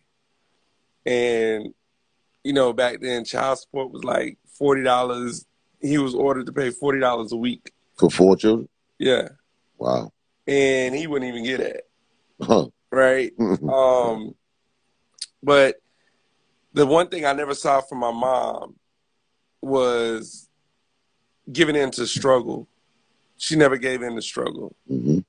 So I look at when I think about the single mothers of today, if there was one piece of advice I would give y'all based on what I saw in my mom, something that she instilled in me was learn how to identify the blessing even in the midst of your struggle and your storm, and approach it with a positive attitude in order to get a positive outcome from the circumstances. Mm-hmm. You know what I'm saying? Like, yeah, baby daddy might not be paying any money. Guess what? You got an opportunity that some people don't get. You were able to have a child, right? Because you had a child, God chose you to procreate and bring life into this world. Not everybody's granted that opportunity. Absolutely. So don't take it out on the father of the child. Take that energy. See it as a blessing. Yeah, and take that energy and pour back into that child so that they can be another well-groomed adult. And break that cycle too, because guess what? I'll tell you this much. With the generation I come from, I know that a lot of us, saw that the missing fathers in the household and the deadbeat fathers, that quote unquote, and all of that stuff, and we wanted to make a difference and change. We want to change that. We wanted to be fathers to our kids because we knew that what we lacked and stuff like that. So, I mean, I don't know. Some of the dudes that don't do it, I don't know. I don't know how you even get to that, but that's another another live. But I will say this, man. Salute to all my black women out there. Salute to y'all. I know that y'all have a lot that y'all deal with. I know that we can be stressful. I know we could be stubborn and all of that stuff, but we got iron sharpen iron, and that's what we got to do. That's what we got to do from now on. We gotta uplift each other. We gotta support each other. We gotta help each other, and just be real with each other, man. You know what I'm saying? And I'm gonna continue to say that. I salute y'all, man. I know a lot of mothers out there held it down by themselves. A lot of mothers is doing it right now. Just stay strong, and let me tell you something. God will always provide. Stay prayed up. That's the best advice I could give you. Stay prayed up. So I appreciate y'all for tuning in. Much blessings. I'm gonna save this live. I hope y'all support the brother and get his book and have a better understanding. I'm gonna do some research. You know what I'm saying? I want to look at the case and all of that. I want to see. I'm not just gonna just sit here. Because like I said, I don't know if he's innocent. He might. I don't know. I mean, it's hard for us to say, but I'm not here to say. What I'm saying is, I don't know. But I'm gonna do some research. I'm gonna do some research. You know what I'm saying? Because But it's funny that he would come on because right now there's a lot of common cases like that are being exposed. Absolutely. So, I think it was good that, and I saw they were tagging, some very powerful people in the comments. Yeah. I also want to salute my brothers too. Let's not do that. You know what I'm saying? Let's salute the brothers out there. Let's salute the fathers out there who was doing what they supposed to do. And the brothers, man, y'all just stay safe out there, man. The odds is always against us. So stay strong, stay positive.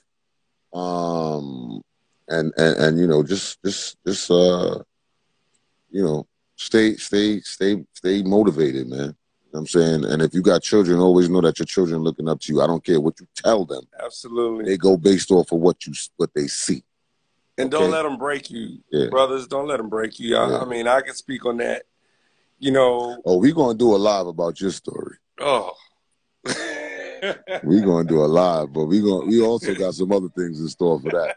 But, yeah, man, always remember that God don't bless mess. No. Okay? So make sure your heart is pure and your mind is free. Stay blessed, y'all, and I'm going to see y'all tomorrow. Much blessing.